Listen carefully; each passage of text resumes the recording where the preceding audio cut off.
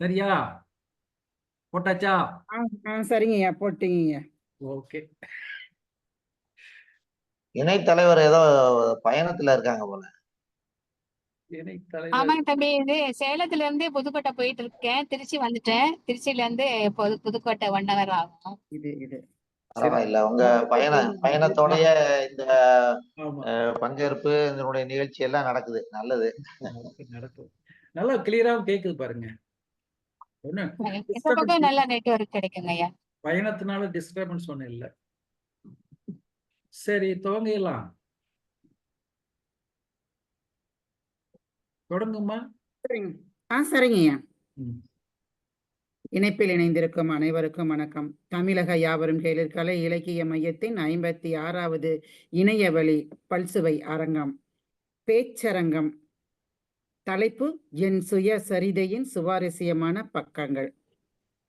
தலைவர் திராவிடமணி ஐயா அவர்கள் தலைமை பொறுப்பேற்று இந்த நிகழ்வை இன்று நடத்த இருக்கிறார். அதற்கு முன் தமிழ்தாய் வாழ்த்து பாடிடுவோம்.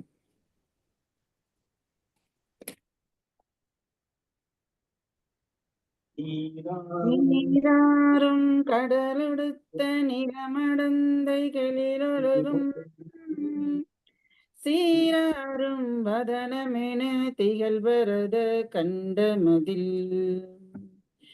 தெக்கணமும் அதிர்ச்சிறந்த திராவிடனல் திருநாடும் தக்க சிறு பிறை நுதலும் தரித்தனரும் திலகமுமே அத்திலக வாசனை போல் அனைத்துலகும் என்பமுற எத்திசையும் புகழ் மணக்கு இருந்த பெரும் தமிழனங்கே உன் சீரிழமை திறம் வியந்து செயல் மறந்து வாழ்த்துதுமே. நன்றி, வணக்கம்.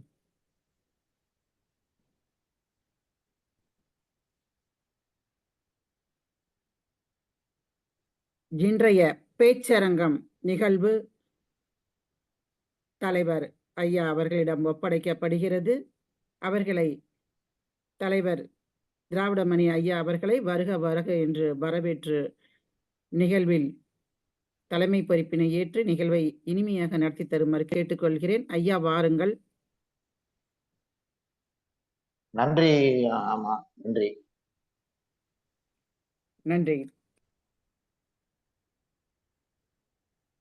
தமிழக யாவரும் கேளீர் கலை இலக்கிய மையத்தினுடைய 54வது வார இணையவழி பல்சுவை அரங்கத்தினுடைய சிறப்பு அம்சமாக இன்று பேச்சரங்கம், கருத்தரங்கத்தினுடைய பேச்சரங்கம்.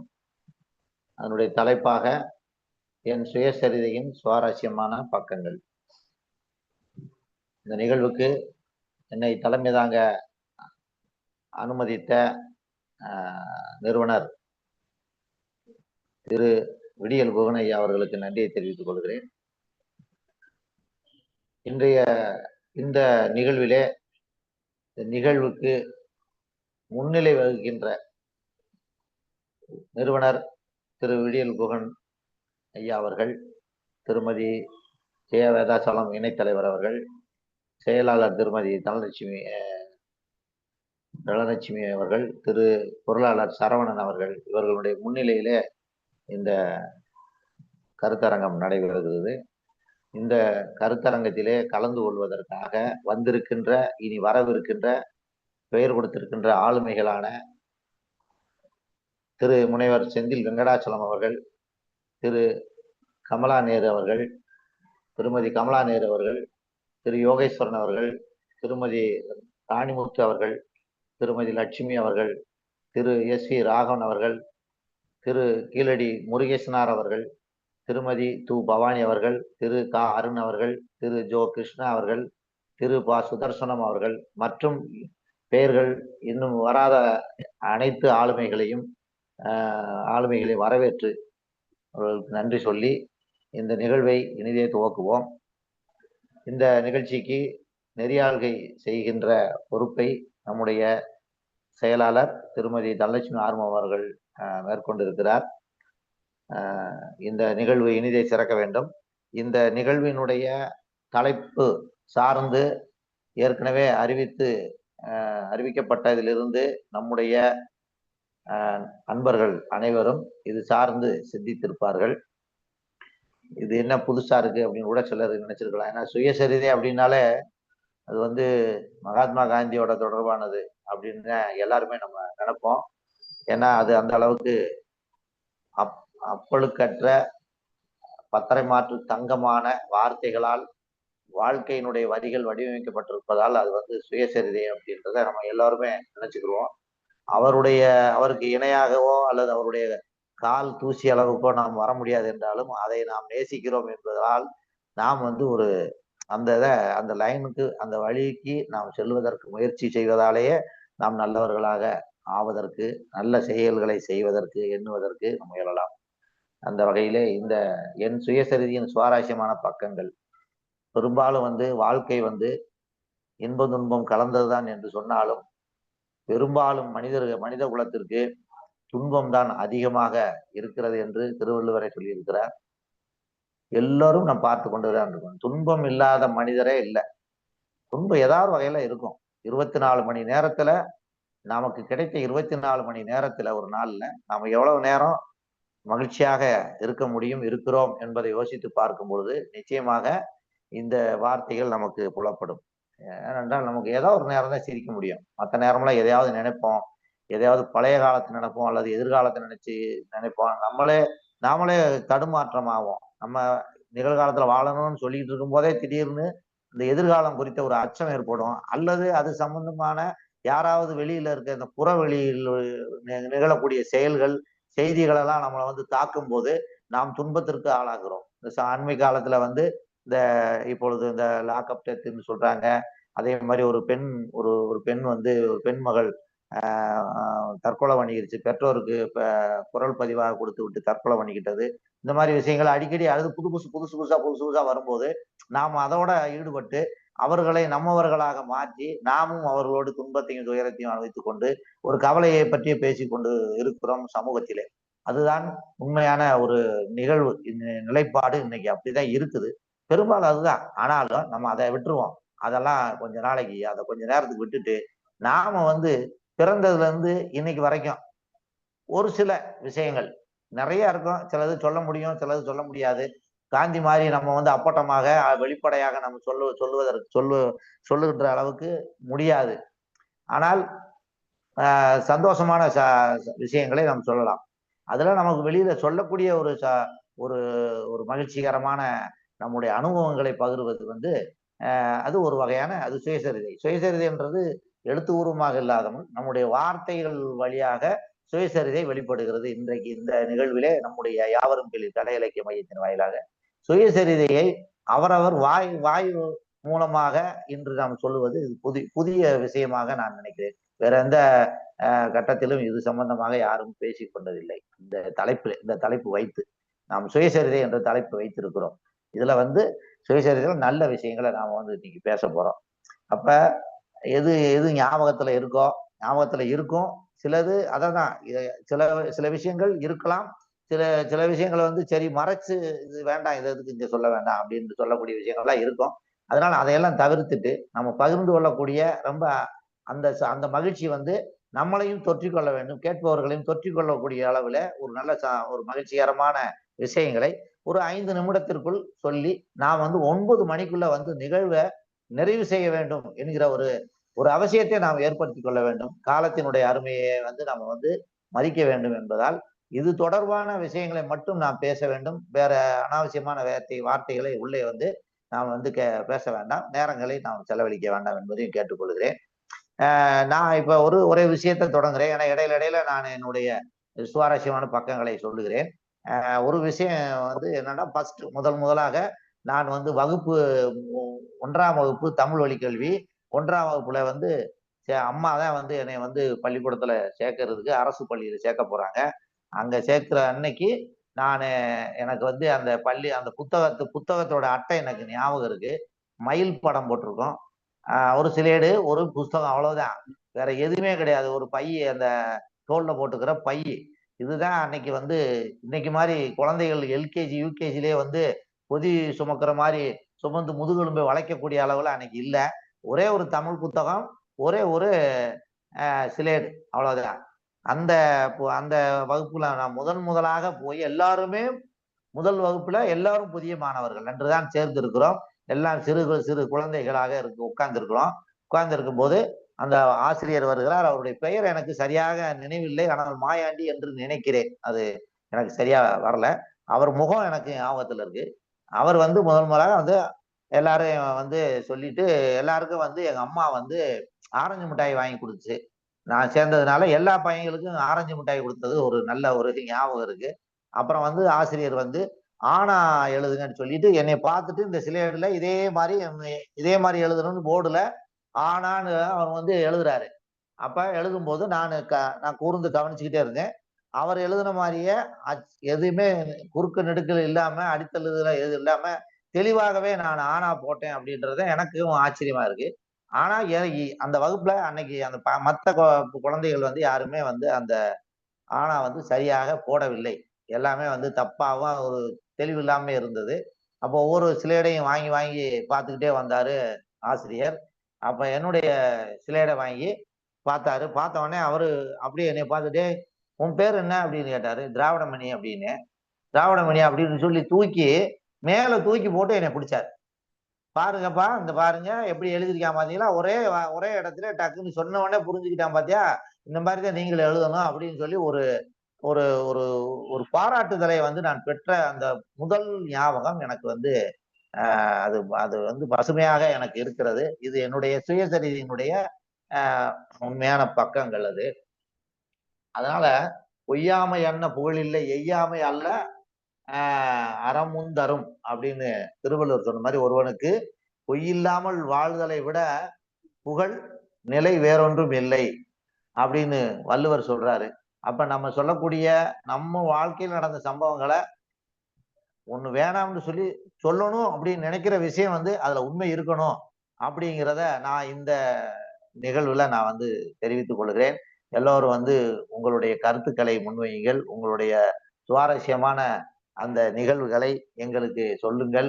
நாங்கள் கேட்டு இன்புறுகிறோம். இப்போ இதோடு நான் என்னுடைய தலைமை உரையை முடித்துக் கொள்கிறேன். அடுத்து நெறியாளரை ஒருத்தரா அவரை அழைக்கட்டும். அவங்க எல்லாம் நம்ம அவங்களுடைய வார்த்தைகளை, பேச்சை கேட்போம். நன்றி. வணக்கம். மிகவும் அருமையாக தலைவர் அவர்கள் அவருடைய இளம் பிராயத்து பள்ளிக்கு செல்லும் முதல் வகுப்பிலேயே என்ன நடந்தது என்பதை இன்று வரை நினைவு வைத்து அதை அழகாக நமக்கெல்லாம் எடுத்துரைத்தார். எடுத்ததுமே சரியா போட்டுட்டேன் அப்படின்னு சொல்லியிருக்காரு. அது எவ்வளவு பெரிய சிறப்பான ஒன்று. அதனாலதான் இவ்வளவு அறிவு பெற்று இப்பெல்லாம் நிறைய விஷயங்கள்ல கரைச்சி குடிச்சிட்டு இவ்வளவு திறமையோட இருக்கீங்க. அதுக்கு பாராட்டுக்கள் சொல்லணும். அப்பெல்லாம் ஆரஞ்சு மிட்டாய் தான் கொடுப்பாங்க. அதுதான் பெரிய சிறப்பு. இப்பவும் கூட அந்த ஒரு சாங்கியத்துக்காகவே சிலர் அந்த வழக்கத்தை பின்பற்றாங்க. இனிப்பு அப்படின்னா அந்த சாக்லேட் அதையெல்லாம் எதுவும் வாங்கி வைக்க கூடாது, ஒன்னா கற்கண்டு இருக்கணும், இல்லைன்னா அந்த ஆரஞ்சு மிட்டாய் தான் இருக்கணும். அதுதான் பழங்காலத்தை ஒரு பழக்க வழக்கம் அப்படின்னு பின்பற்றிட்டு இருக்காங்க. அனைவருக்குமே ஆரஞ்சு மிட்டாய் அம்மா கொடுத்தாங்கன்னு சொல்லியிருந்தீங்க. அப்பவே ஒரு குழந்தைங்க கூட விடாம ஒரு குழந்தைங்களுக்கு ஒரு இன்பத்தை கொடுத்துருக்காங்க. நீங்க போய் முதல்ல படிக்க போகும்போதே உங்களை சேர்த்துன அந்த ஒரு சந்தோஷத்தை, அவங்க மனசுக்குள்ள இருக்கிற அந்த ஒரு சந்தோஷ உணர்வை குழந்தைங்களுக்கும் கொடுத்து பகிர்ந்திருக்காங்கும் போது அம்மாவோட அந்த ஒரு பரந்த மனப்பான்மை, அனைத்து குழந்தைங்களும் நம்மளோட குழந்தைங்க போலதான் அப்படின்னு இனிப்பு கொடுத்து பாராட்டிருக்கிறது ரொம்ப வியக்கத்தக்க விஷயம். ஆசிரியரை நினைவு வைத்திருக்கிறேன், முகம் கூட ஞாபகம் இருக்கிறது, பேர் தான் சந்தேகமா இருக்குன்னு சொல்லியிருக்கீங்க. மிகவும் அழகாக தங்களுடைய வாழ்க்கை பயணம் தொடக்கத்தின் பள்ளியை பற்றி அழகாக கூறி முடித்திருக்கிறீர்கள். மிகவும் நன்றி, வணக்கம், பாராட்டுகள் அதற்காக. அதற்கு முன் அடுத்தவர்களை அழைப்பதற்கு முன் நிகழ்வில் கொஞ்சம் நிறைய பேர் இணைந்திருக்கிறார்கள். சுதர்சனம் அவர்கள் இணைந்துட்டு போயிருக்காங்க, சுப்பிரமணியன் இணைந்திருக்காங்க, ஏபிஐன்னு இணைப்புல யாரோ இணைஞ்சிருக்காங்க, பேர் தெரியல. இணைந்திருக்கும் அனைவரையும் வருக வருக என்று வரவேற்று மகிழ்வோம். சுதர்சனம் ஐயா இன்னும் பஸ்ஸிலேயே வந்துட்டு இருக்கீங்களா? உங்க பேரை சொன்னா உடனே முகம் காட்டிட்டு போயிடுறீங்க. இணைப்பில் இணைந்திருக்கும் அவர்கள் தங்களை அறிமுகம் செய்து கொள்ளலாமே. யார் யார் என்று தெரியவில்லை. சுப்பிரமணியம் இருக்கீங்களா இணைப்புல? சுப்பிரமணியமா சுப்புராமனா? சுப்பிராமன் தான். சுப்புராமன். ஆமா, சுப்பிராமன் ஐயா உங்களுக்கு தெரியுதா? ஏபிஐல இணைஞ்சிருக்கிறது யாருன்னு தெரியல. ராகவன் ஐயா இணைஞ்சிருக்காங்க போல இருக்கு. அனைவரையும் வரவேற்று மகிழ்வோம். ஐயா வாங்க ஐயா, வணக்கம். நீங்களே உங்களுடைய முதல் உரையா துவக்குங்க இன்னைக்கு. ராகவன் ஐயாவை அவருடைய சுயசரிதையை பற்றி 5 நிமிடங்களுக்குள் சிறப்பாக பேசுமாறு அன்புடன் அழைக்கிறேன். வாருங்கள் ஐயா. ஐயா மியூட் எடுத்துட்டேன். நன்றி அம்மா. அருமையான ஒரு விடியன் குகன் ஐயாவின் ஒரு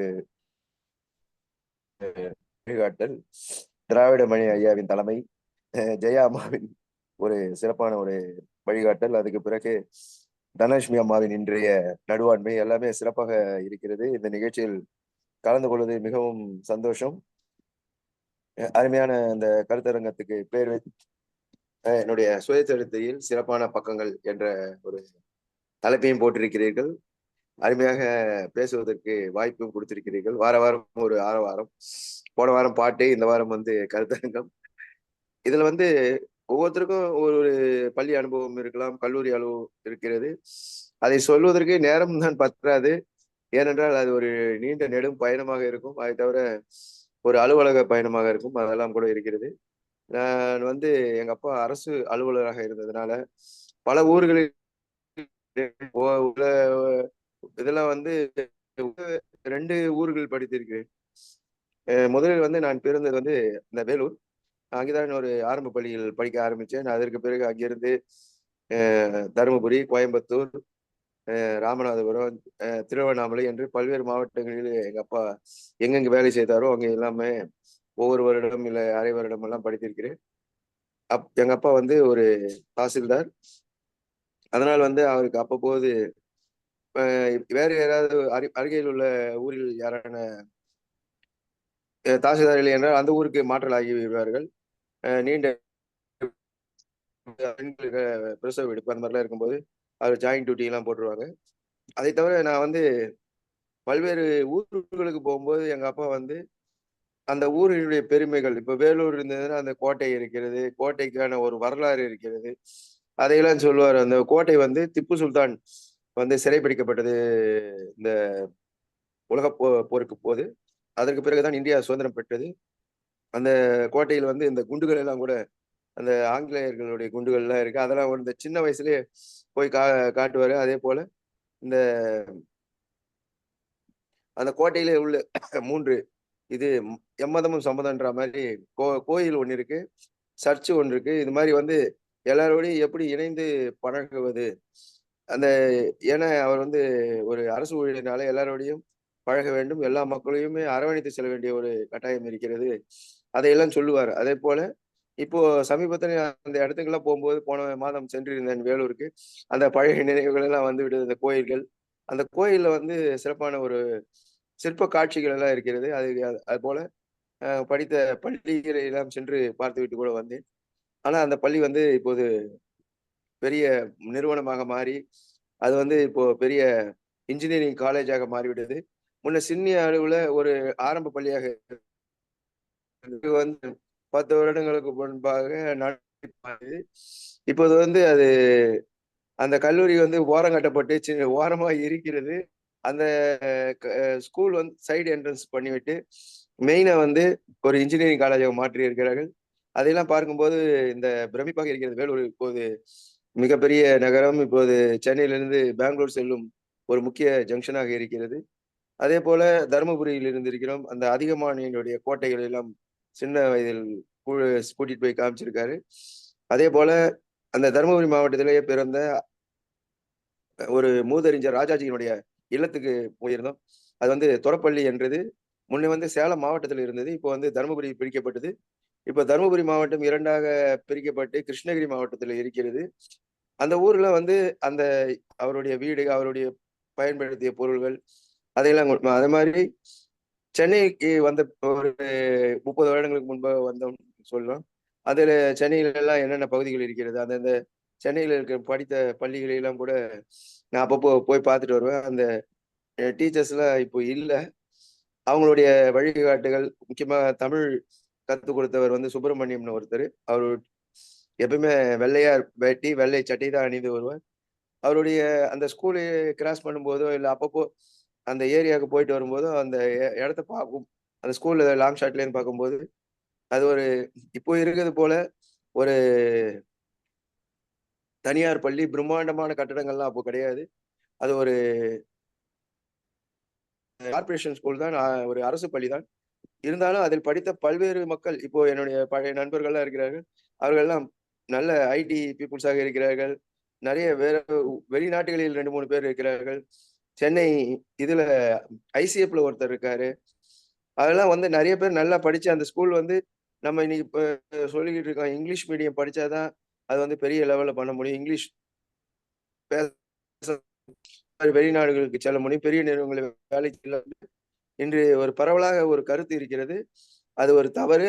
அன்றைக்கு இருந்த ஆங்கில ஆசிரியர்களும் சரி, கணித ஆசிரியர்கள், வரலாறு ஆசிரியர்கள், அவர்கள் வந்து தமிழ் இல்லைன்னா அந்த ஆங்கில புத்தகத்தையே தமிழ்ல டிரான்ஸ்லேஷன் எப்படி பண்றது, தமிழ்ல இருந்து இங்கிலீஷ் எப்படி பேசுறது, இங்கிலீஷ்ல இருந்து தமிழ் எப்படி பேசுறதுங்கிற ஒரு டிரான்ஸ்லேஷன் எல்லாம் சொல்லி கொடுத்தாங்க. அதே போல அந்த ஆசிரியர்கள் வேறு 2 முக்கியமான விஷயங்களையும் சொல்லி கொடுத்தார்கள். அவர்கள் வந்து இந்த சேமிப்பு என்ற பழக்கம் அப்போது ரொம்ப பரவலாக இருந்தது. சஞ்சய் கான் என்று சொல்வார்கள். சிறு சேமிப்பு செய்வது ஒரு அட்டை மாதிரி கொடுப்பார்கள். வீட்டுல ஒரு சின்ன உண்டி வைப்பாங்க. ஒரு மாதத்துல எவ்வளவு சேர்க்கிறோம், அதை சேர்த்துக்கிட்டே வரும்போது ஒரு 6 மாதங்கள் எவ்வளவு சேர்த்தோம், அதை கவுண்ட் பண்ணி அந்த நோட்ல எழுதி வைப்பாங்க. அதை டீச்சர் வந்து அதிகமான சேர்த்தவங்களுக்கு ஒரு பரிசெல்லாம் கொடுப்பாங்க. அந்த பழக்கம் வந்து எனக்கு அதை சின்ன வயசுல ஆரம்பிச்சதுனால இன்று வரைக்கும் தொடருது. பல பிரச்சனைகள் வந்தாலும் அதை எப்படி சமாளிக்கிறதுங்கிறது ஈஸியா இருக்கு. அந்த அதே போல எங்களுடைய இன்னொரு ஆங்கில ஆசிரியர் இருந்தாரு. அவர் வந்து என்னை நூலகத்துக்கு கூட்டிட்டு போனாரு. அப்போ வந்து நூலகத்துக்கு அண்ணா சாலையில இருக்கிற இப்போ தேவனே பாவாணர் நூலகம்னு ஒண்ணு இருக்கு. அதுல வந்து அதுல புதுசா சேர்றதுக்கு ₹2. ஆனால் அன்னைக்கு வந்து அந்த ₹2 எனக்கு இல்லை. ஆனால் அந்த ஆசிரியர் தான் ஒரு 10 பேரை கூட்டு போனாரு. அவரே பணம் கொடுத்து சேர்த்தாரு. இந்த ஆங்கில புத்தகங்கள், இந்த கவிதை புத்தகங்கள் அதையெல்லாம் எப்படி அரேஞ்ச்மெண்ட் பண்ணி அவங்க அடுக்கியிருக்காங்க, அந்த புக்கு வந்து வீட்டுக்கு எப்படி எடுத்துட்டு வரணும், 3 நாள்ல எப்படி திருப்பி குடுக்கணும், அதையெல்லாம் வந்து எனக்கு சொல்லிக் கொடுத்தாங்க. புக்கெல்லாம் கிழிக்கக்கூடாது, பாதுகாப்பா வைக்கணும். ஒவ்வொரு புக்கும் எவ்வளவு காஸ்ட்லியான புத்தகங்கள், அது வந்து அரிய புத்தகங்கள். நமக்காக இந்த நூலகங்களுக்கு எப்படி போகணும், அந்த போகக்கூடிய பஸ் ரூட்டுகளெல்லாம் எனக்கு சொல்லிக் கொடுத்தாங்க அந்த டீச்சர். அவங்க வந்து அவங்க பேர் வந்து தனலட்சுமி தான். அவங்களையெல்லாம் வந்து என் வாழ்நாள்ல மறக்க முடியாது. அவங்க பெயர்களையும் நான் வந்து அந்த உள்ளவே ஞாபகப்படுத்திக்கிட்டே இருக்கேன். புக்கு எதுனா எடுக்கணும்னா, இல்ல எதனா ஒரு ஆங்கிலத்துல இருந்து தமிழ்ல மொழிபெயர்க்கும் போதெல்லாம் அவங்க ஞாபகம் தான் ஃபர்ஸ்ட் வருது. அந்த ஒரு அருமையான ஆசிரியர்கள். பயணத்துல வந்து பல்வேறு அதுக்கப்புறம் அலுவலகங்கள்ல படிச்சு வேலை செஞ்சதுக்கு அப்புறம் அது ஒரு வேற ஒரு மாதிரியா போயிடுச்சு. ஆனா வந்து அந்த வேலைக்கு நடுவுலையும் ஒவ்வொரு அலுவலகத்திலையும் நான் இந்த பயணம் போவோம். சுற்றுலான்றது அது மாதிரி அதுல வந்து என்னை முதல்ல உட்கார வச்சிருவாங்க. எந்தெந்த ஊர் வழியா போறோம், அந்த ஊருடைய சிறப்பு என்ன, எந்தெந்த ஏரியா அந்த ஊருக்கு போய் சேர்ந்த உடனே எந்தெந்த ஊருக்கெல்லாம் பார்க்கலாம், நான் டிக் பண்ணிப்பேன். அது மாதிரி பணம் இந்த உள்ள டோல் போறது, இந்த பார்க்கிங் ஃபீஸ் அதெல்லாம் வந்து நோட்ல பணம் டோட்டலா கொடுப்பாங்க. அந்த மாதிரி நம்ம வந்து பொறுப்பான பதவிகள்ல இருக்கும்போது எவ்வளவு கேர்ஃபுல்லா இருக்கணும், அந்த மாதிரி தொடர்ந்து கேர்ஃபுல்லா செய்யணும்னா நமக்கு நல்ல பேரும் புகழும் வரும். நமக்கு முன்னுரிமை கொடுப்பார்கள்ங்கிறத என்னுடைய கடந்து வந்த வரலாறு சொல்லுது. அதை வந்து நான் சிறப்பா செஞ்சிருக்கிறேன்றது தான் என்னுடைய இது. இன்னைக்கு வரைக்கும் என்னுடைய பல்வேறு பழைய ஆ அ நண்பர்களும் சரி, இப்ப இருக்கிற அலுவலக நண்பர்களுமே சரி, என்னை வந்து ஃபர்ஸ்ட்டு உட்கார வச்சுருவாங்க. எங்கே போனாலும் இல்ல அவங்க எங்கேயாவது தனியா போனோம்னா கேட்பாங்க. இந்த ஊருக்கு எப்படி போகுறது? இங்கேருந்து எவ்வளோ டிஸ்டன்ஸ் இருக்கு? Googleல சர்ச் பண்ணி சொல்லுங்கன்னு. அது மாரி வந்து ஒரு ஒரு சிறப்பான ஒரு பயணம் என்னோடது. இந்த மாரி ஒரு பழைய நினைவுகளை மீண்டும் அசை போட வைப்பதற்கு வாய்ப்பு கொடுத்ததுக்கு மிகவும் நன்றி. வணக்கம். மிகவும் நன்றி ஐயா. அருமையாக பேசினீர்கள். முதலாவதாக வந்து பேசியதே மிகவும் சிறப்பாக இருந்தது. தங்கள் பேசியதை பற்றி தலைவர் ஐயா அவர்கள் பேசுவார்கள். ராகவன் அவர்களுடைய அவர் ஏற்கனவே அவர் தாசில்தாருடைய பையன் அப்படின்றதுனால அந்த காலத்துல எல்லாம் வந்து அரசு பணியில இருக்கிறவங்கள அடிக்கடி தூக்கி தூக்கி பக்கத்து ஊருக்கு உடனே 6 மாசத்துக்கு ஒரு ஊருக்கு மாத்துவாங்க. அந்த நிலை வந்து எங்க அப்பா வனத்துறையில வந்து ஃபாரஸ்டா இருந்ததுனால அவருக்கும் அந்த நிலை. நானும் பல்வேறு பள்ளிகளிலே பயின்றவன். பல்வேறு ஊர்களில் எனக்கு அந்த வகையில நண்பர்கள் இருக்கிறார்கள். அதையெல்லாம் எனக்கு வந்து அவர் வந்து நினைவூட்டி சென்றார்.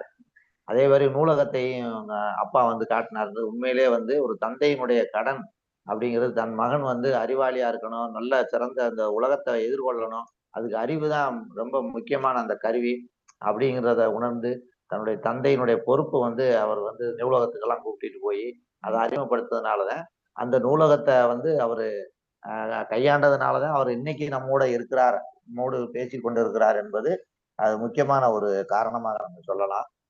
ஏன்னா நானும் வந்து நான் 10 வயசுலயே நூலகத்துல என்னை வந்து ஒரு நூலகர் வந்து அந்த நூலகத்துக்கு பக்கத்துல விளையாண்டுகிட்டு இருந்ததுனால சத்தம் போட்டுக்கிட்டு இருக்கோம் அப்படின்னு கூப்பிட்டு வாங்கடான்னு சொல்லி கூப்பிட்டு ஒரு 7-8 பேரு அங்க உட்காந்து உள்ள சிறுவர் கதைகள்லாம் எடுத்து கொடுத்து இதெல்லாம் படிங்கடா அப்படின்னு சொல்லி அந்த நூலகர் வந்து சொன்னாரு. அப்ப நானும் அது ஆர்வமா அப்படி திடீர்னு எனக்கு ஒரு பெரிய ஆக்சிடென்ட் மாதிரி அதை படிக்கும்போது ரொம்ப நல்லா இருந்தது. அதனால படிச்சுக்கிட்டே இருந்தேன். மறுநாள் வந்து அங்க விளையாடுறதுக்கு எவனுமே வரல, நான் மட்டும் நூலகத்துக்கு போனேன். அதனால அவர் என்னை வந்து மெம்பர் ஆக்கிட்டாரு. அந்த 10 வயசுல எனக்கு வந்து மெம்பர் ஆக்கினாரு. அந்த நூலகம் வந்து அந்த நூலகருடைய பெயர் ராமநாதன். பிற்காலத்துல வந்து லேனா தமிழ்வாணன் அவர்களோடு வந்து ஒரு ரேடியோவுல பேசும்போது அவங்க அப்பா பேரு ராமநாதன், தமிழ்வாணன் பேர் வச்சுக்கிட்டாரு. அப்ப நான் சொன்னேன், எனக்கு நூலகத்தை அறிமுகப்படுத்தினவர் வந்து ராமநாதன் தான், அதனால உங்க அப்பா பேரும் ராமநாதன், அவரும் நூல்களோடு தொடர்பானவர் சொல்லும் போது ஒரு சுவாரஸ்யமான ஒரு பகிர்தலை நாங்க பகிர்ந்து சிரிச்சுக்கிட்டோம். இந்த மாதிரியான விஷயங்களை எல்லாம் வந்து நம்முடைய ராகவன் வந்து அவருடைய சுயசரிதையினுடைய சுவாரஸ்யத்தை சொல்லி நம்மளை வந்து நினைவுகளை மீட்டி சென்றார். அவருக்கு நம்முடைய மனமார்ந்த வாழ்த்துக்களும் நன்றிகளும். மீண்டும் அடுத்தவரை அழைப்பதற்கு முன் இணைப்பில் நிறைய பேர் இணைந்திருக்கிறார்கள். இணைந்திருக்கும் புதியவர்களை வரவேற்று வாழ்த்துக்களை சொல்லுவோம். திருமதி பவானி அம்மா அவர்களை வரவேற்று வணக்கம் கூறி வரவேற்று மகிழ்கிறோம். திருமதி லட்சுமி அம்மா இணைந்திருக்கிறார்கள். சுப்புராமன் ஐயா அவர்கள் தெரியல யாருன்னு, அவர்களையும் வரவேற்று மகிழ்வோம். சுதர்சன் ஐயா இன்னும் பஸ்ஸை விட்டு இறங்கலன்னு நினைக்கிறேன், அதனால அவரையும் காணோம். அடுத்த நிகழ்வாக பேசுவதற்கு திரு பவானி அம்மாவை அழைக்கிறேன். வாருங்கள் அம்மா. அம்மா வந்துட்டம்மா, அம்மா இறங்கிட்டாங்கம்மா. சுதர்சன்மா வாங்க வாங்க, அமைதியா கொஞ்சம் ரிலாக்ஸா உட்காருங்க. அம்மா. சரிங்க அம்மா, நன்றிங்க. நன்றிங்க நன்றிங்க, வணக்கம். யோகேஸ்வரன் முதல்லயே பேசுறோம்னாரு. யோகேஸ்வரனா? சரி, அடுத்ததா அவர் அழைச்சிடலாங்க. நல்லது. அடுத்து புதியவர்களை கொஞ்சம் ஊக்குவிக்கலாமேன்னு கூப்பிட்டேன். சரி, யோகேஸ்வரன் நம்ம கூட தான் இருக்காரு அப்படின்னு அடுத்ததா அவர் கொடுத்துடலாம். அவர் பேசிட்டா கொஞ்சம் ரிலாக்ஸ் ஆயிடுவாரு. யோகேஸ்வரன் வந்து குதிரையில சவாரி பண்ணிக்கிட்டே இருக்காரு, அதனால அவருக்கு கொஞ்சம் வாய்ப்பு அடுத்து கொடுத்துருங்க. கொஞ்சம் அவர் சுறுசுறுப்பா இருக்கு, கொடுத்துடலாம். டைம் சொல்லிருங்க, எவ்வளவு டைம் என்னன்னு. 5 நிமிடத்திற்குள் அனைவரும் அவரவரின் சுயசரிதை பக்கங்களை கொஞ்சம் சிறப்பாக சொல்லுங்கள், பேசி முடிப்பீர்கள் என்று கூறிக்கொள்கிறேன். 4வது நிமிடத்துல அவங்களுக்கு அறிவுறுத்திருங்க, சொல்லிருங்க.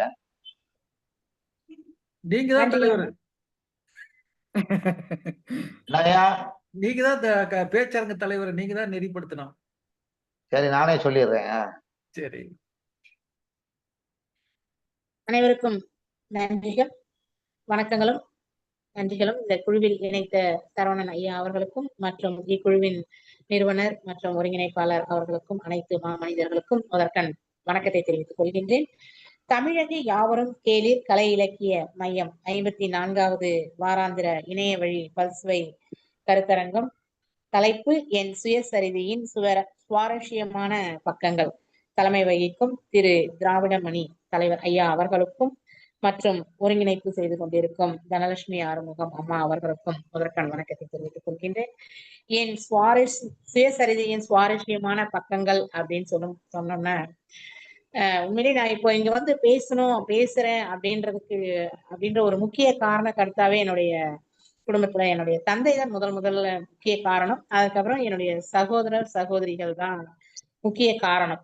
ஏன்னா என்னுடைய தந்தை இல்லைன்னா நான் இந்த அளவுக்கு வந்து ஒரு வளர்ந்து இந்த ஒரு ஒரு கவிஞனாகவோ இல்ல ஒரு ஆசிரியராகவோ நான் ஆகியிருக்க மாட்டேன். ஏன்னா அந்த அளவுக்கு எனக்கு வந்து ஒரு தன்னம்பிக்கையும் ஊக்கத்தையும் கொடுத்தவர் என்னுடைய தந்தை. ஏனென்றால் நான் வந்து ஒரு மாற்றுத்திறனாளி. இப்படி வருது மீட்டிங் கண்டக்ட் பண்றேன், பட் நடந்துகிட்டு இருக்கு. இது அடுத்து தான் வருமா? என் பேர் திறனாளி அன்மியூட் பண்ணிட்டு பேசுங்கம்மா.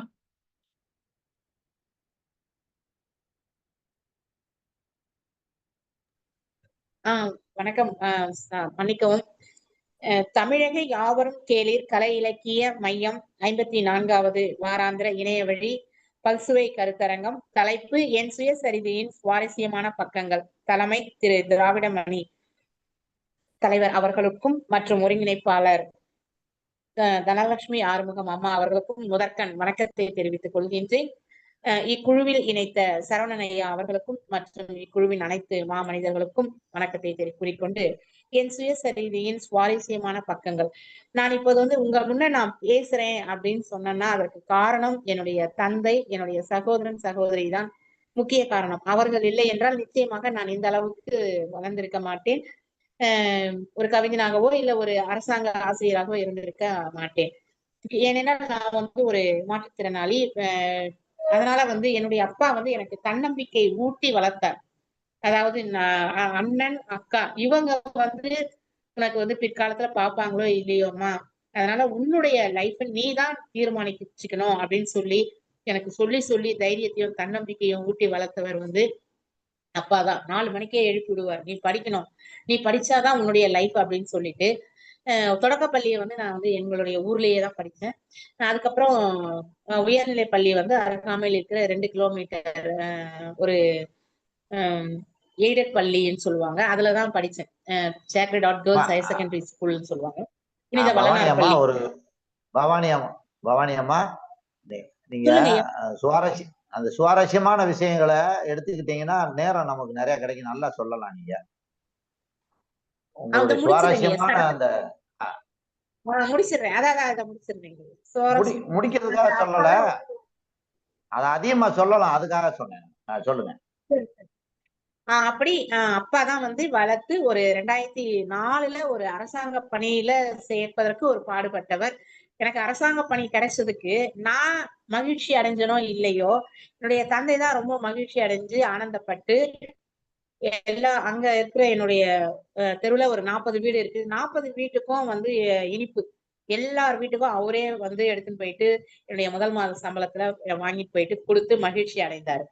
அதுக்கப்புறமா வந்து அதனால அதோட எனக்கு வந்து எல்லாமே வந்து இந்த படிப்பு அப்படின்னும் போது ஆசிரியர் பயிற்சி வந்து எல்லாருமே 2 வருஷம் படிப்பாங்க.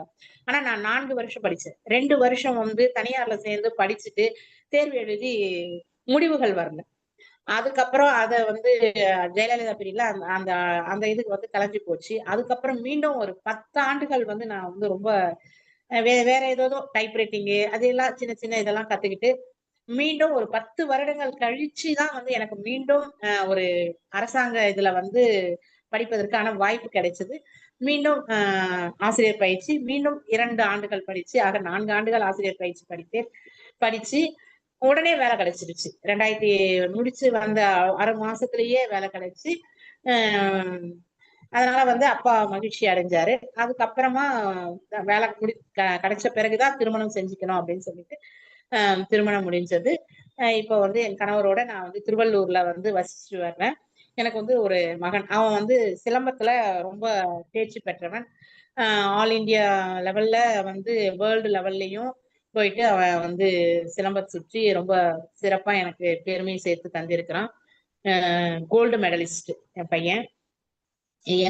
எங்க சிலம்பம்னாலும் அவன் போயிடுவான். இப்ப நான் வந்து ஒரு 2 வருட காலங்களாக வந்து எல்லா தமிழ் தளங்களில பணியாற்றி வருகிறேன். எங்கெங்க வந்து தமிழ் கூட்டங்கள் நடக்குதோ, சென்னை, கரூர், இப்ப கூட சமீபத்துல போன மே மாசத்துல கரூர், விருத்தாச்சலம், மதுரை, விழுப்புரம் இப்படி பழனி, இப்படி பல இடங்களில் நடக்கிற தமிழ் சார்ந்த பொது கூட்டங்கள்ல எல்லாம் கலந்துக்கிட்டு பட்டிமன்றம் பேசுறது, கருத்தரங்கம், கவியரங்கம் இவையெல்லாம் கலந்துப்பேன். அதே போல சங்கத்தமிழ் இலக்கிய பூங்கால வந்து கவியரங்கம் ஒரு 100 கவியரங்கம் தொடர்ந்து நடத்தி உலக சாதனை நிகழ்வு பண்ணேன். அதே போல பாரதி பாவனார் செந்தமிழ் வானத்துல 104வது கவியரங்கம் பண்ணி அந்த அமைப்புக்கு ஒரு பெருமை சேர்த்திருக்கிறேன். ஒரு 2-3 அமைப்புல நடுவராகவும் ஒருங்கிணைப்பாளராகவும் பணியாற்றி வருகிறேன். இப்போ சமீபத்துல இந்த இந்த அமைப்புல இணைஞ்சதுக்கு ரொம்ப பெருமைப்படுறேன். அதுவும் வந்து சரவணன் ஐயா தான் வந்து இந்த சான்றிதழ் அனுப்பினதால என்னையும் இதுல இணைச்சு விடுங்க அப்படின்னு சொன்னதுனால இந்த தமிழக யாவரும் கேளீர் கலை இலக்கியத்திலையும் சேர்ந்து இணைஞ்சிருக்கேன். இப்போ உங்கள் முன்னாடி வந்து பேசி என்னுடைய மகிழ்ச்சியை நான் வந்து தெரிவு செஞ்சுக்கிறேன். வாய்ப்பு தந்த ஐயா அவர்களுக்கும் ஒருங்கிணைப்பாளர் அம்மா அவர்களுக்கும் நெஞ்சார்ந்த நன்றிகளை உரித்தாக்கிக் கொள்கிறேன் அம்மா. நன்றி. நன்றி அம்மா, வாழ்த்துக்கள். சரியாக 6 நிமிடங்கள் பேசியிருக்கிறீர்கள். அதற்காகவே உங்களுக்கு ஒரு சொல்லுங்க. பேசுங்க, சொல்லுங்க. சரியாக 6 நிமிடங்களில் தனது சிறப்பு உரையை முடித்திருக்கிறார். சுயசரிதியின் சிறப்பான பக்கங்களை. உங்களை நான் போன வாரமே பார்த்தேன், ஆனா பேச முடியல. முன்னாடியே பழக்கம் நமக்கு இருக்குதுங்கிறதுனால அப்ப பேசணும்னு நினைச்சேன், பேச முடியல. இப்ப நான் நினைச்சேன் நான் உங்களை இந்த இதுல சேர்த்தணும்னு. ஆனா உங்களுக்கு நேரம் இருக்குதா என்னவோன்ட்டு தான் நான் உங்ககிட்ட கேட்கவே இல்லை. ஆனா பரவாயில்ல, நான் உங்களை இணைக்கணும்னு நினைச்சுக்கிட்டே இருந்தது. அது சரவணன் ஐயா கொண்டு வந்து இணைச்சிட்டாரு. எப்படியோ ஒரு இதுல ஒருங்கிணைஞ்சிட்டோம். நன்றி. சரவணன் ஐயாவுக்கும் அதுக்கு நன்றியை தெரிவிச்சுக்கிறேன். நீங்க பேசின சிறப்பான உரைகளை பற்றி இப்போது தலைவர் ஐயா அவர்கள் பேசுவார்கள். வணக்கம்மா. பவானி அம்மாவுக்கு ரொம்ப மகிழ்ச்சி. யாவரும் கேளீர் கலை இலக்கிய மையத்துல வந்து ஒரு ஆர்வத்தோட இணைந்து கொண்டதற்கு உங்களுக்கு உண்மையிலே நன்றிகளை தெரிவித்துக் கொள்கிறது நம்முடைய மையம். நீங்க சொன்ன விஷயம் வந்து அப்பாவுக்கு தான் அப்படின்னு நீங்களும் அப்பாவை தான் நீங்க சொல்றீங்க.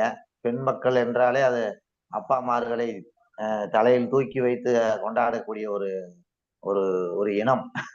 அது அந்த இதை வந்து நன்றியோட நீங்க அப்பா மேல ஒரு நன்றி, பாசம், அன்போட நீங்க வந்து அதை வெளிப்படுத்துனீங்க. அதே போல டீச்சர் டே நீங்க வந்து முடிச்சுட்டு அதுக்கு அப்ப வந்து உண்மையிலேயே அந்த தனியார் இதுகளெல்லாம் இது பண்ணாங்க, அதுக்கப்புறம் முடக்குனாங்க, அது தெரியும். அதுக்கப்புறம் நீங்க பழையபடிக்கு அதை விடாம வேதாளம் இந்த இந்த கதையில மாதிரி திரும்பவும் தன்னுடைய முயற்சியில் சற்று மனம் தளராத வைக்கிற மாதிரி தன்ற மாதிரி நீங்க மீண்டும் வந்து அந்த ஆசிரியர் பயிற்சியை விடாம நீங்க முயற்சி பண்ணதுனால உங்கள் முயற்சிக்கு தகுந்த பலனை வந்து இப்போதும் நீங்க அனுபவித்துக் கொண்டிருக்கிறீர்கள். அந்த வகையில ரொம்ப மகிழ்ச்சி.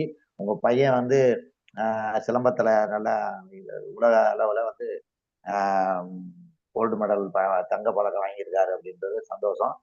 அதுக்கு நமக்கு ஒற்றுமை என்னன்னு கேட்டா என்னுடைய மகனும் வந்து அகில இந்திய அளவுல கோல்டு மெடல் வாங்கின சிலம்பத்துல. நமக்குள்ள ஒரு ஒற்றுமை. அது சொன்ன உடனே எல்லாம் அங்கங்க டச் ஆகிட்டே இருக்கு, தொடர்பா இருக்கு. பரவாயில்ல. உங்களுடைய முயற்சி வந்து உங்க சுயசரிதையில முயற்சி தான் மெயினா ரொம்ப முக்கியமாக அதுல இருக்கு. உங்களுடைய முயற்சி, விடாமுயற்சி, அப்பாவுடைய ஊக்கம், நல்ல ஒரு ஊக்க சிந்தனைகள் வந்து உங்களுடைய சுயசரிதையினுடைய பக்கத்துல வந்து ரொம்ப பதியம் போட்டு நல்ல அழுத்தமாக இருக்கிறது அப்படின்றத இந்த நிகழ்ச்சியின் வாயிலாக நீங்கள் தெரிவித்ததற்கு ரொம்ப மகிழ்ச்சி. நன்றி. உங்களுக்கு மீண்டும் வாழ்த்துக்கள். இந்த நம்முடைய நிகழ்வின் நம்முடைய யாவரும் கேளீர் கலை இலக்கிய மையத்தோடு எப்போதுமே தொடர்ந்து நீங்கள் வந்து வாருங்கள். நாம எல்லோரும் வந்து ஒரு குடும்பமாக பயணிக்கலாம். நன்றி சகோதரி. வணக்கம். நன்றிகள். நன்றி அம்மா. நிகழ்வின் அடுத்தபடியாக சிவயோகி யோகேஸ்வரன் ஐயா அவர்களை அழைக்கிறேன். வாருங்கள் ஐயா. வணக்கம் அம்மா. வணக்கம் ஐயா. தமிழக கலை இலக்கிய மன்றத்தின் நிறுவனர் ஐயா விடியல் குகன் அவர்களின் பொற்பாதங்களை வணங்கி, தலைவர் ஐயா திராவிடமணி ஐயாவின் பொற்பாதங்களையும் வணங்கி, இணைத்தலைவர் அம்மா ஜெய வேதாச்சலம் அம்மாவையும் வணங்கி, செயலாளர் அம்மா தனலட்சுமி ஆறுமுக அம்மாவையும் வணங்கி, என்னுடைய சுயசரிதியை நான் ஒரு புத்தகமாக எழுதியுள்ளேன். அதிலிருந்து சில பக்கங்களை மட்டும் தாங்களுக்காக அர்ப்பணிக்க முற்படுகிறேன். எனது சுயசரிதியின் தலைப்பு 21 இத்தனையுமா. 21 இத்தனையுமா. என்னுடைய 21வது வயதில் நான் இந்த புத்தகத்தை எழுத முற்பட்டேன். என்னால் முடிந்தவரை அந்த புத்தகத்துக்கு உண்டான நியாயத்தை கொடுத்திருக்கிறேன் என்று நம்புகிறேன். எனக்காக ஒரு 5 நிமிடங்கள் அதிகமாக தேவைப்படுகின்ற மொத்தம் நான் 10 நிமிடங்கள் மட்டும் எடுத்துக்கொள்கிறேன். தயவு கூர்ந்து எனக்கு அளிக்குமாறு கேட்டுக்கொள்கிறேன். தாங்கள் அளித்தால் நான் எனது சுயசரிதை 5 நிமிடத்துக்குள்ள 10 நிமிடத்துக்குள்ள என்று தாங்கள் கூறினால் அதற்குள் நான் முடித்துக் கொள்கிறேன். அம்மா தலைவரை சிவயோகி அவர்களே, 5 நிமிடம் தான் எல்லாருக்குமே. அந்த 5 நிமிடத்துக்குள்ள உங்களுடைய சந்தோஷமான நீங்கள் சந்தித்த உங்களுடைய சுய வாழ்க்கையினுடைய பாதையில சந்தித்த மகிழ்ச்சியான தருணங்களை பற்றி 5 நிமிடத்துல சொல்லுங்க. ஓகேங்க. நல்லது. என் இனிய தோழர்களே, நான் எனது சுயசரிதியாக இதை எழுதவில்லை. பொழுதுபோக்கிற்காக இந்த 21 இத்தனையுமா என்ற நூலை என் நண்பர்களுக்காகவும் என்னை பூமியில் கால் பதிக்க வைத்த எனதருமை தாய் தந்தையருக்காகவும் என்னால் எதையும் எழுத படிக்க முடியும் என எழுத்தறிவித்த எனதருமை ஊராட்சி ஒன்றிய துவக்கப்பள்ளி ஆசிரியர் பெருமக்களுக்காகவும் இதை சமர்ப்பிக்கின்றேன். நான் கடந்து வந்த பாதையை சற்று பின்னோக்கி நான் பதித்த காலடி சோடுகளின் உதவியால் என்னை நான் அறிய முற்படும் போது எனக்கே உரிய பாணியில் நான் வளர்ந்து வந்த இடம் வரையில் இந்த பக்கங்களில் எழுதுகோளின் கண்ணீர் மையாக வெளிப்பட்டு எழுத்தாக மாற்றப்பட்டு உங்களின் என்ன வண்ண பொழுதுபோக்காக படைக்கிறேன். இதோ இந்த எழுத்து பயணம் இனிதே தொடங்குகிறது. தயார் நிலையில் என்னையும் உங்களையும் கொண்டு செல்ல முயல்கிறேன். வெற்றி பெறுவேன் என்ற நம்பிக்கையில் முதலாம் நாளாம் இப்பூமியில் கண்வெளித்து காற்றை உள்வாங்கிய அந்த வினாடி முதல் இன்று நீங்கள் படிக்கும் இந்த நொடி வரை நான் நடந்த சுவையான சம்பவங்களை உங்களுக்காக நினைவு கூர்ந்து படைக்கிறேன் இக்காவியத்தை. நாமக்கல் மாவட்டம் நவனி ஊராட்சி புதுச்சத்திரம் கிராமத்தில் வரதராஜன் இந்திராணி என்னும் தம்பதியரின் 2ஆம் மகனாக 1982ஆம் வருடம் கார்த்திகை மாதம் 2ஆம் நாள் வியாழக்கிழமை அதிகாலை 5:40 சுப ஜனனமாய் என் பிறப்பு ஆரம்பமாகியது. பாசமிகு தாய், பண்புமிகு தந்தை, அணைக்க அரவணைக்க அக்கம் பக்கத்து அன்பர்கள், ஆசையோடு விளையாட அன்பு அண்ணன் இத்தனையும் பெற்றேன். மலரை செல்லுமாய் மண்ணில் விளையாடி மகனாய் வளர்த்தப்பட்டு மறந்தேன் எனது குழந்தை பருவத்தை. 5 ஆண்டுகள் ஐயமின்றி சென்றன. வளர்ந்தேன் நானும். துள்ளி விளையாடிய எனது கால்கள் ஓடிய பாதைகளில் சற்றே மாற்றமாய் வேறு திசையில் படையெடுக்க தொடங்கின. தொழிலில் தொல்லையா இருந்த எங்களை சற்றே தொலைவில் உள்ள தொடக்கப்பள்ளியில் சேர்த்து விட்டனர். 1ஆம் வகுப்பில் முதல் எழுத்தை கற்றேன். 2ஆம் வகுப்பில் தமிழ் ஆங்கிலம் 2ஐயும் கற்றேன். துள்ளித்திருந்த நான் துயரத்தோடு பள்ளி செல்லவில்லை. சற்றே உற்சாகத்துடன் தான் சென்று கொண்டிருந்தேன். பள்ளியில் பிரேயர், ஒழுக்கம், அமைதி, கல்வி, துணிவு, அனுசரணை என அனைத்தையும் கற்றேன். 1ஆம் வகுப்பில் பங்கஜம் டீச்சரையும், 2ஆம் வகுப்பில் ரத்தினத்தையும், 3ஆம் வகுப்பில் சின்னையா மற்றும் பழனிசாமி ஐயாவையும், 4ஆம் வகுப்பில் மலர்வெளி ஏழ்விலையும், 5ஆம் வகுப்பில் சரஸ்வதி மற்றும் கருப்பாயையும் ஆசிரியராக பெற்றேன். பாடங்களை நன்றாய் படித்து முதல் மாணவனாய் மதிப்பெண் பெற்றேன். வகுப்பில் மாணவ தலைவனாய் பயணத்தை செய்து குடத்தை வாங்கி கூட்டாந்தண்ணி பிடிச்சி குடிச்ச காலம். ரவுண்டு கட்டி குலகுலியா முந்திரிக்கா விளையாடினதும், 1 ரூபாய் காந்தி படத்தை புகழ்ந்த வேல்முருகன் தேட்டர்ல பார்த்தனாலும், டிஓ இன்ஸ்பெக்ஷன்ல கரியும் சோறும் சாப்பிட்ட கனவுகள் கண்டதும், வீட்டருகில் மழைநீர் தேங்கிய குட்டையில் பல்ட்டி அடித்ததும், நெடுஞ்சாலையில் எண்ணிய நம்பர் பிளேட்டுகளும், விளையாடிய விளையாட்டுகளும், மரங்கொத்தி விளையாட்டும், சுற்றிய பம்பரமும், ஆடிய ஆட்டமும், ஓடிய ஓட்டமும், இன்னும் பல சுவையான நிகழ்ச்சிகள் நினைவில் இல்லை. நினைக்காத நாள் இல்லை. நித்திரையில் நித்தம் நினைத்ததோடு எண்ணிக்கையிலே நினைவுகள் நிச்சயம் ஈட்டும். பாசம் மட்டுமே அறிந்த நான் நட்பின் இலக்கணம் அறிந்த வயது 11. என்னுடைய 11ஆம் வயதில் நண்பர்களை நன்கறிந்து நட்புக்குள்ளானேன். ஆசையோடு 6ஆம் வகுப்பில் அடியெடுத்து வைத்தேன். வெறும் விளையாட்டோடு கல்வி பயின்று வந்த நான் கல்வியின் முக்கியத்துவம் உணர்ந்தது எனது 6வது பள்ளி வகுப்பில். தமிழாசிரியரின் தூண் சுத்தி அடியையும் நான் இந்த பி பிரிவு மாணவ செல்வங்களையும் மற்றும் எனது தோழன்மையிலும் பிடி பீரியடில் 100 மீட்டர் ஓட்டத்தையும் பள்ளி விளையாட்டு போட்டியை கண்டுகளித்த ஒவ்வொரு கணமும் மதிய சாப்பாட்டுக்காக காத்து வட்டியில் வாங்கிய சாப்பாட்டை வேகாத அரிசி சோற்றையும் தண்ணி சாம்பாரையும் வாழ்வின் கடைசி வரை கண்ணை விட்டு அகலாதவை. இதன் நடுவே படிப்பில் போட்டி. தேர்வுக்கு நீயா நானா, ஃபர்ஸ்ட் ரேங்கா 2வது ரேங்கா என வாங்கி அந்த ஒவ்வொரு தேர்வையும் மகிழ்வோடு மதிப்பெண் அட்டை அனைவரிடம் காண்பித்த அந்த நிமிடங்களையும் இன்னும் பல நிகழ்ச்சிகள் நினைவில் எழுத முடியவில்லை. ஏன் என்று புரியவில்லை. புரிந்தால் தெரிந்தால் உங்களுக்கு சொல்லாமல் வேறு யாரிடம் சொல்லப் போகிறேன். இதோ இத்துடன் 6ஆம் வகுப்பு நினைவுக்கு முற்றுப்புள்ளி வைத்துவிட்டு முடிக்க மனக்கம் இல்லாமல் தொடங்குகிறேன் எனது 7ஆம் வகுப்பு நினைவுகளை. ஏணிப்படிகளில் ஏறி பழகிய நான் என் வகுப்பு பதவியிலும் ஏற நினைத்தவரை கீழே இறங்கவில்லை. படித்த இடத்தில் அளவு மாறியதே தவிர படிப்பு மாறவில்லை. தரையில் அமர்ந்து தமக்கென ஒரு இடத்தை பிடித்து தத்தம் பொருட்களை தற்காத்துக் கொள்ளவும் தலைவரிடம் திட்டு வாங்காமல் நற்பெயரை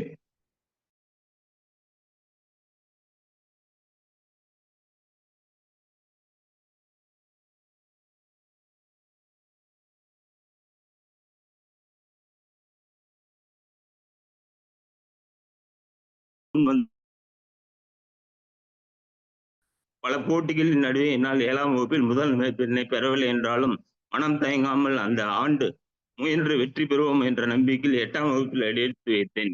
இதுவரை அமர்ந்து கல்வி கற்ற எங்கள் கீழே அமர்ந்து கல்வி கற்ற மாணவ செல்வங்கள் முதல் முறையாக மரபெஞ்சில் அமர்ந்து கல்வி கற்க ஆரம்பித்தனர் 8ஆம் வகுப்பில். எனது இடமோ மாணவர்கள் இருக்கும் பகுதியிலிருந்து 2 பெஞ்சுகள் தள்ளி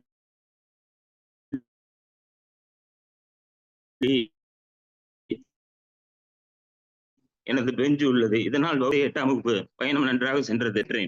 அது தனது கஷ்டங்களை என்னுடன் பகிர்ந்து கொண்டது.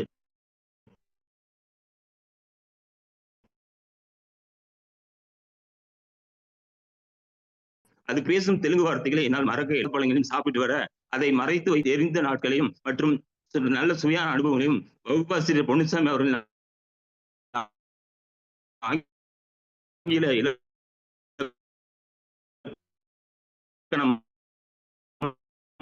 அறிவியல் நுணுக்கமும் என்று இருந்தபோதும் மனம் தளர்ச்சி ஆசிரியர் திரு ராஜமால் கணிதம் நடத்திய கணேசன் சமூகம் கற்றிருந்த குமாரசாமியும் என்றும் அவர்களுக்கு கடமைப்பட்டுள்ளேன். ஏனென்றால் அடுத்த ஆண்டு பொதுத் தேர்வை எதிர்கொள்ளப் போவதால் அதற்கு தயாராக தங்களை தயார்படுத்த அனைவரும் அரும்பாடுபட்டு கொண்டிருந்தனர். இதில் அனைவரும் வகுப்புகளோடு தவிர தனியார் வகுப்புகள் சென்று படித்தனர்.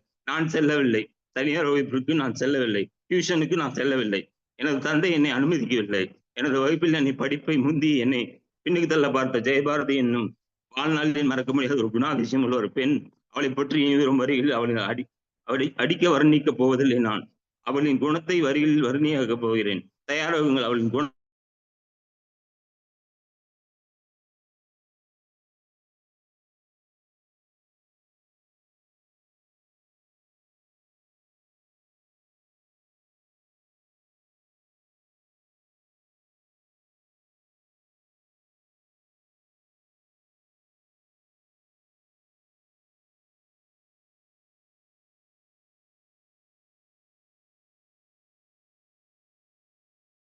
நேரம் ஆயிடுச்சு.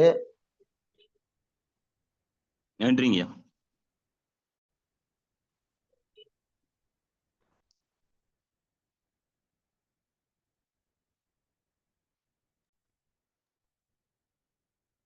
என்னாச்சு? நன்றி சொன்னாரு. வந்துருச்சு எல்லாத்துக்கும்? டைம் அதிகமா போயிட்டு சரி சரி. நன்றி. அவர் முடிச்சிட்டாரு. நீங்க தொடருங்க. எனக்கு திடீர்னு கரண்ட் போயிடுச்சு. அப்புறம் இப்ப செல்போன்ல இருந்து ஹாட்ஸ்பாட் போட்டிருக்கேன். சரிங்கய்யா, சரிங்கய்யா. தொடருங்க அப்படியே. யோகேஸ்வரன் ஐயா தனது பள்ளி பருவங்களை அழகாக சொல்லி முடித்தார்கள். அதை பற்றி திராவிடம் ஐயா தலைவர் அவர்கள் பேசுவார்கள் தற்சமயம். பேசுங்க. யோகேஸ்வரன் அவர் பார்க்கறதுக்கும் அவர் சொன்ன அவருடைய காலங்களை சொன்னதுக்கும் ரொம்ப நம்மளுடைய கற்பனை எல்லாம் வேற மாதிரி இருக்கு. அவர் இந்த அளவுக்கு ஒரு முதல் மாணவனாக இருந்திருப்பார். இவ்வளவு தூரம் ஒரு டைரியில ஒரு நாட்குறிப்பாக எழுதி ஒரு விஷயங்களையும் எழுதி நல்லா நேர்த்தியாக எழுதி வைக்கக்கூடியவர் அப்படின்றதெல்லாம் இப்ப அவர் வாசித்த அந்த ஆட்டோகிராஃப் என்று சொல்லக்கூடிய அளவுல அவருடைய விஷயங்களை பூரா அழகா சொன்னாரு. மதிப்பெண்கள் எடுக்கிறதுல நல்ல ஒரு முதல் மாணவனா இருந்திருக்காருன்றது உண்மையிலே அவர் பாராட்டுக்குரியவர். எனக்கு அவர் சொல்லிட்டு இருக்கும் போல அந்த பரத்வாஜ் அவர்கள் பாடின அந்த பாட்டு மட்டும் எனக்கு ஞாபகம் வந்துட்டே இருக்கு. ஞாபகம் வருது என்ற பாட்டு தான் அவரு இடையில அவர் அவர் அதை சொல்லிக்கிட்டு இருக்கும்போது அவருடைய குரல் தழுதழுத்தது. அது அவர் அந்த பின்னோக்கி அந்த காலத்துக்கு அவர் போயிட்டாரு. அதே மாதிரி அவர் ஒரு வறுமையான ஒரு சூழ்நிலையெல்லாம் அந்த காலகட்டங்கள்ல அவர் சந்திச்சிருக்கிறார் பள்ளிக்கூடத்துலன்றதையும் அதை அறிஞ்சு அவர் அதை சொல்லும் போதே அவருக்கு நெகிழ்ச்சியாக அதை சொன்னாரு. அது உணர்ச்சி வசப்பட்டு அதை பேசினாரு. அது நம்மளுக்கு ஒரு மனதை உருக்குச்சு. அந்த மாதிரி அழகா சொன்னாரு. ரொம்ப நன்றி சிவயோகி யோகீஸ்வரன் அவர்களே, கவிஞர் அவர்களே. நன்றி, வாழ்த்துக்கள்.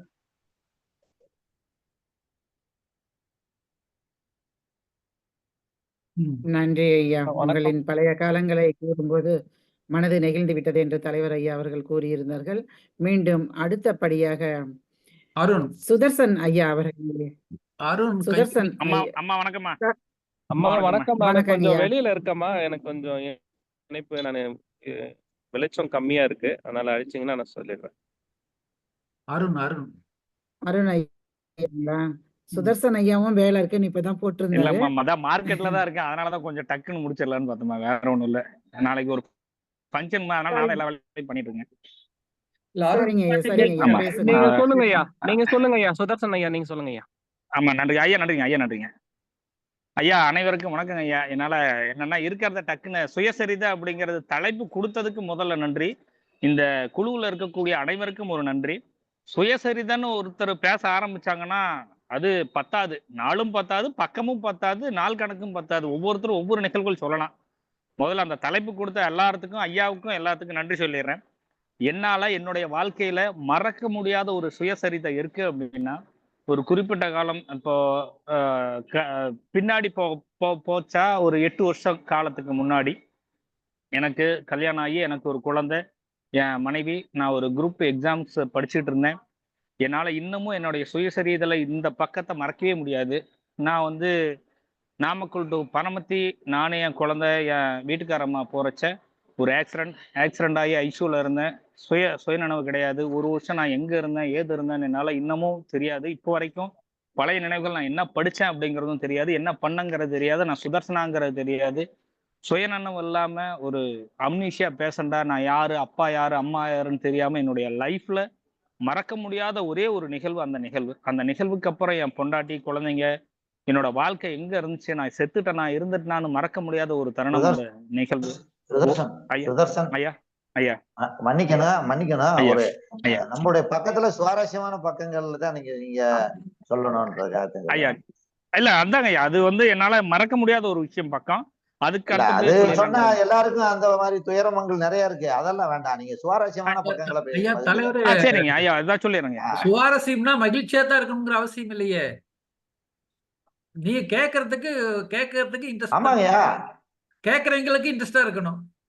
இல்லையா, நீங்க சுவாரஸ்யம் அப்படின்றத துன்பத்தை நம்ம சுவாரஸ்யம்னு சொல்ல முடியாது. அப்படி சொல்ல முடியாது. சுவாரஸ்யம்னா சொல்றதுதான் சுவாரஸ்யமா சொல்றது. கேட்கறவங்க ஆர்வமா கேட்கிற மாதிரி சொல்றதுதான் சுவாரஸ்யம். சரி, சொல்லட்டா என்னன்னு சொல்லி மக்கள் வேண்டாம், கண்ணீர் விடுற மாதிரி வேண்டாம். ஐயோ இல்ல வருத்தத்துக்கு இல்லைங்க. என்னால மறக்க முடியாத ஒரு நிகழ்வு அது ஒண்ணு சொல்லலாங்க ஐயா. சரி, ஓகே. அப்புறம் அடுத்தது சொல்றதுனால அதை நிறுத்திக்கிறாங்க ஐயா. அடுத்தது பாத்தீங்க அப்படின்னா, நான் வந்து என்னுடைய படிச்ச காலத்துல எம்ஏ வந்து செல்வம் காலேஜ்ல படிச்சுட்டு இருந்தேங்க ஐயா. கிராமத்துல இருக்கிறவனுக்கு ஒரு வாய்ப்புகள் கிடைக்கும் அப்படிங்கிறது கொடைக்கானல் எஃப்எம்ல ஒரு வாட்டி வாய்ப்பு கிடைச்சது. பட் எனக்கு சரியான ஒரு வழிகாட்டுதல் இல்லாதனால அங்க இருந்தேன். ஒரு வாரம் இருந்தேன். அதுக்கப்புறம் நான் திருப்பி வந்துட்டேங்க ஐயா. அதே மாதிரி பாத்தீங்கன்னா, அப்பாவுக்கு உடம்பு சரியில்லாதப்போ அந்த ஒரு நிகழ்வுல இருந்து நான் குடும்பத்தை காப்பாத்தினேன். என்னுடைய ஒவ்வொரு வாழ்க்கையிலையும் முயற்சிகள்ங்கிறது நிறைய இருந்துச்சு, வழிகள்ங்கிறது நிறைய இருந்துச்சு. அந்த சுவாரஸ்யத்துல மறக்க முடியாது வந்து அந்த ஒரு விஷயங்கள். அடுத்தது ஒரு எக்ஸாம்ஸ்க்கு போறது மறந்துட்டு அடுத்த நாள் வந்து ஒரு எக்ஸாம்ஸ்க்கு போனேன். அது ஒரு நிகழ்வுங்க ஐயா. இத்தனோட என்னுடைய இதை முடிச்சுக்கிறேங்க ஐயா. ஐயா மன்னிச்சிருங்க ஐயா. நன்றி. ஐயா நன்றிங்க ஐயா. பேசுங்கம்மா. சுதர்சன் ஐயா அவர்கள் சுருக்கமாக தனது சுயசரிதை பக்கங்களை முடித்துக் கொண்டார். அதை பற்றி தலைவர் ஐயா அவர்கள் பேசுவார்கள். வணக்கம். அதாவது சுவாரஸ்யம் அப்படின்றது இப்ப நிறுவனர் ஐயா சொன்னாரு. சுவாரஸ்யமா சொல்றதுங்கிறது வேற. இந்த இடத்துல நம்ம சொல்லி இருக்கிறது சுவாரஸ்யமான பக்கங்கள் அப்படின்னா மனோகரமானது, ருசிகரமானது, சுவையானது அப்படின்றத வரும். சுவையானது துன்பம் வந்து அந்த அப்படிலாம் சொல்ல முடியாது. இதுக்குத்தான் நான் ஆரம்பத்திலே நான் வந்து என்னுடைய உரையில நான் வந்து ஆரம்பத்திலே சொல்லிட்டேன். சுவாரஸ்யமானது இன்பம் மகிழ்ச்சி தரக்கூடிய விஷயங்களை மட்டும் நீங்க சொன்னீங்க. ஏன்னா துன்பம் தரக்கூடிய விஷயங்கள் நிறைய இருக்கு. அதை சொல்லிக்கிட்டே இருந்தா அதை நம்ம சொல்லிக்கிட்டே இருக்கலாம். மகிழ்ச்சி அப்படின்றது இதை வந்து ஒரு விவாதத்துக்கு நான் சொல்ல வரல.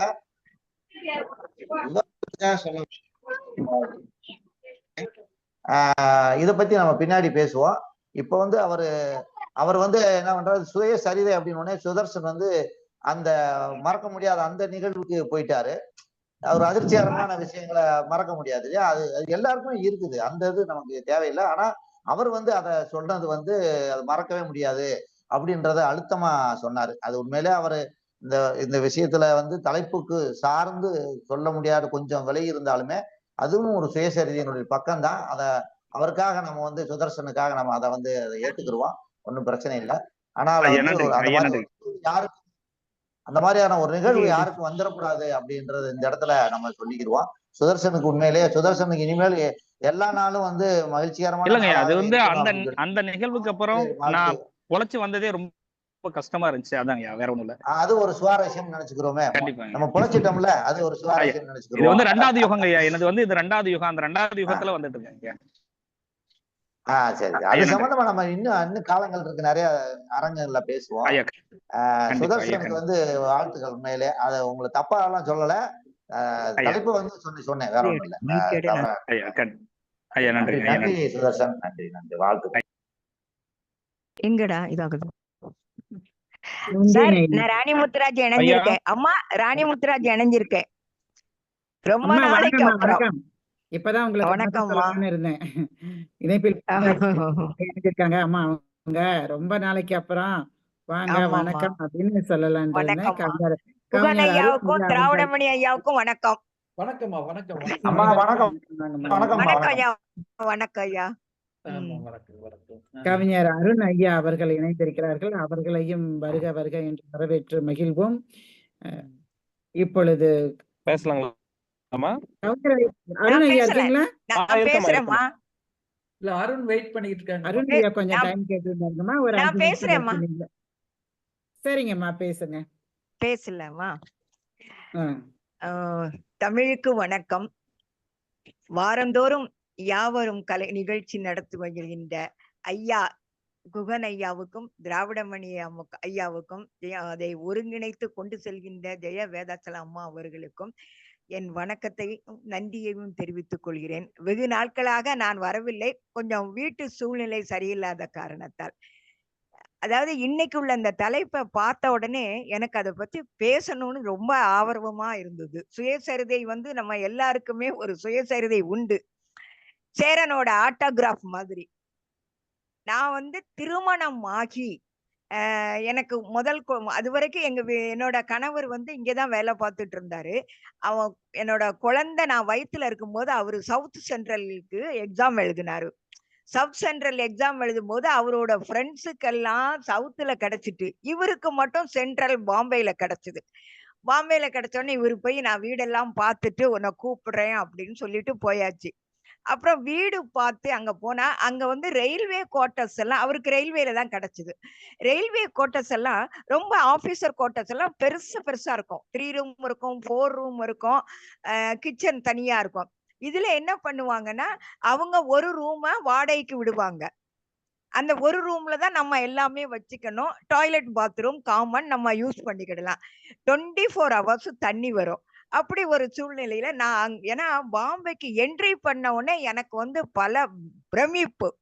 என்னடா இவ்வளவு மக்கள் கூட்டம், எங்க பார்த்தாலும் தலையாவே தெரியுது. ஏன்னா நம்ம எல்லாம் திருநெல்வேலியோ இல்ல மதுரையோ ஏதாவது ஒரு விழா சமயத்துலதான் அந்த மக்கள் கூட்டத்தை நம்ம பார்ப்போம். மத்தபடி அதிகமா நம்ம பார்க்கிறது இல்ல. 2வது, நான் படித்த காலத்தில் பெற்றோர்கள் கொண்டு ஹாஸ்டல்ல விடுவாங்க, லீவ் விட்டா வந்து கூட்டிட்டு வருவாங்க. நமக்கு வெளி உலகமே தெரியாத ஒரு நிலையில இருந்தது. அங்க போன உடனே எனக்கு என்னவோ கண்ணை கட்டி காத்துல விட்ட மாதிரி இருந்தது. என்னடா பண்றது, நமக்கு இல்ல எல்லாருமே என்ன ஹிந்தி பேசுறாங்க, நமக்கு ஹிந்தியும் தெரியாது. பிஎஸ்சி முடிச்சிருந்தாலும் இங்கிலீஷும் நமக்கு சரிவர பேச தெரியாது. அந்த ஒரு நிலைமை. அப்போ எங்க வீட்டுல இவரு சொல்றாரு, நீ வெளியே போ, நீ படிச்சவ தானே, போய் காய்கறி எல்லாம் மார்க்கெட்ல வாங்கு அப்படின்னு சொன்னார்.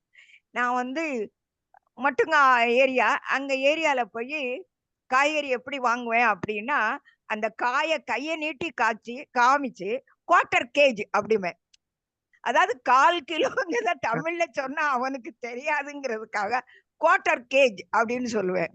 அதுக்கு அவன் எவ்வளவு பணம்னு கேட்டா அவன் அதை ஹிந்தியில சொல்வான். ஹிந்தி மாலும் நை, எனக்கு ஹிந்தி தெரியாது, இங்கிலீஷ்ல சொல்லு அப்படின்னா அதை தமிழ்ல சொல்வேன், இங்கிலீஷ்ல சொல்லு அப்படிம்பேன். அவனுக்கு அது புரியாது. ஏதோ இங்கிலீஷ்ல இந்த அம்மா சொல்றான்னு 10 ரூபா 15 அதை வந்து அவன் இங்கிலீஷ்ல 15 ருபீஸ் அப்படி அந்த மாதிரி இங்கிலீஷ்ல பேசுவான். ஒரு நாள் எனக்கு ரொம்ப இது அவியல் வைக்கணும் அப்படிங்கிறதுக்காக மார்க்கெட்ல போய் காய் வாங்குறேன். சேனக்கிழங்கு வாங்கணும். மற்ற காய்கறிக்கெல்லாம் நம்ம இங்கிலீஷ்ல பேர் சொன்னா அவங்களுக்கு தெரிஞ்சுதுட்டு. எனக்கு இந்த சேனக்கிழங்குக்கு என்ன பேரு சொல்றது அப்படின்னு எனக்கு தெரியல. உண்மையிலே எனக்கு அந்த பேரு மறந்துட்டு. எலிஃபண்ட் லெக்னு சொல்லுவாங்க, ஆனா எனக்கு மறந்துடுச்சு. உடனே என்ன பண்ணேன், அதை ஸ்டாண்ட்ல வச்சுட்டு அதை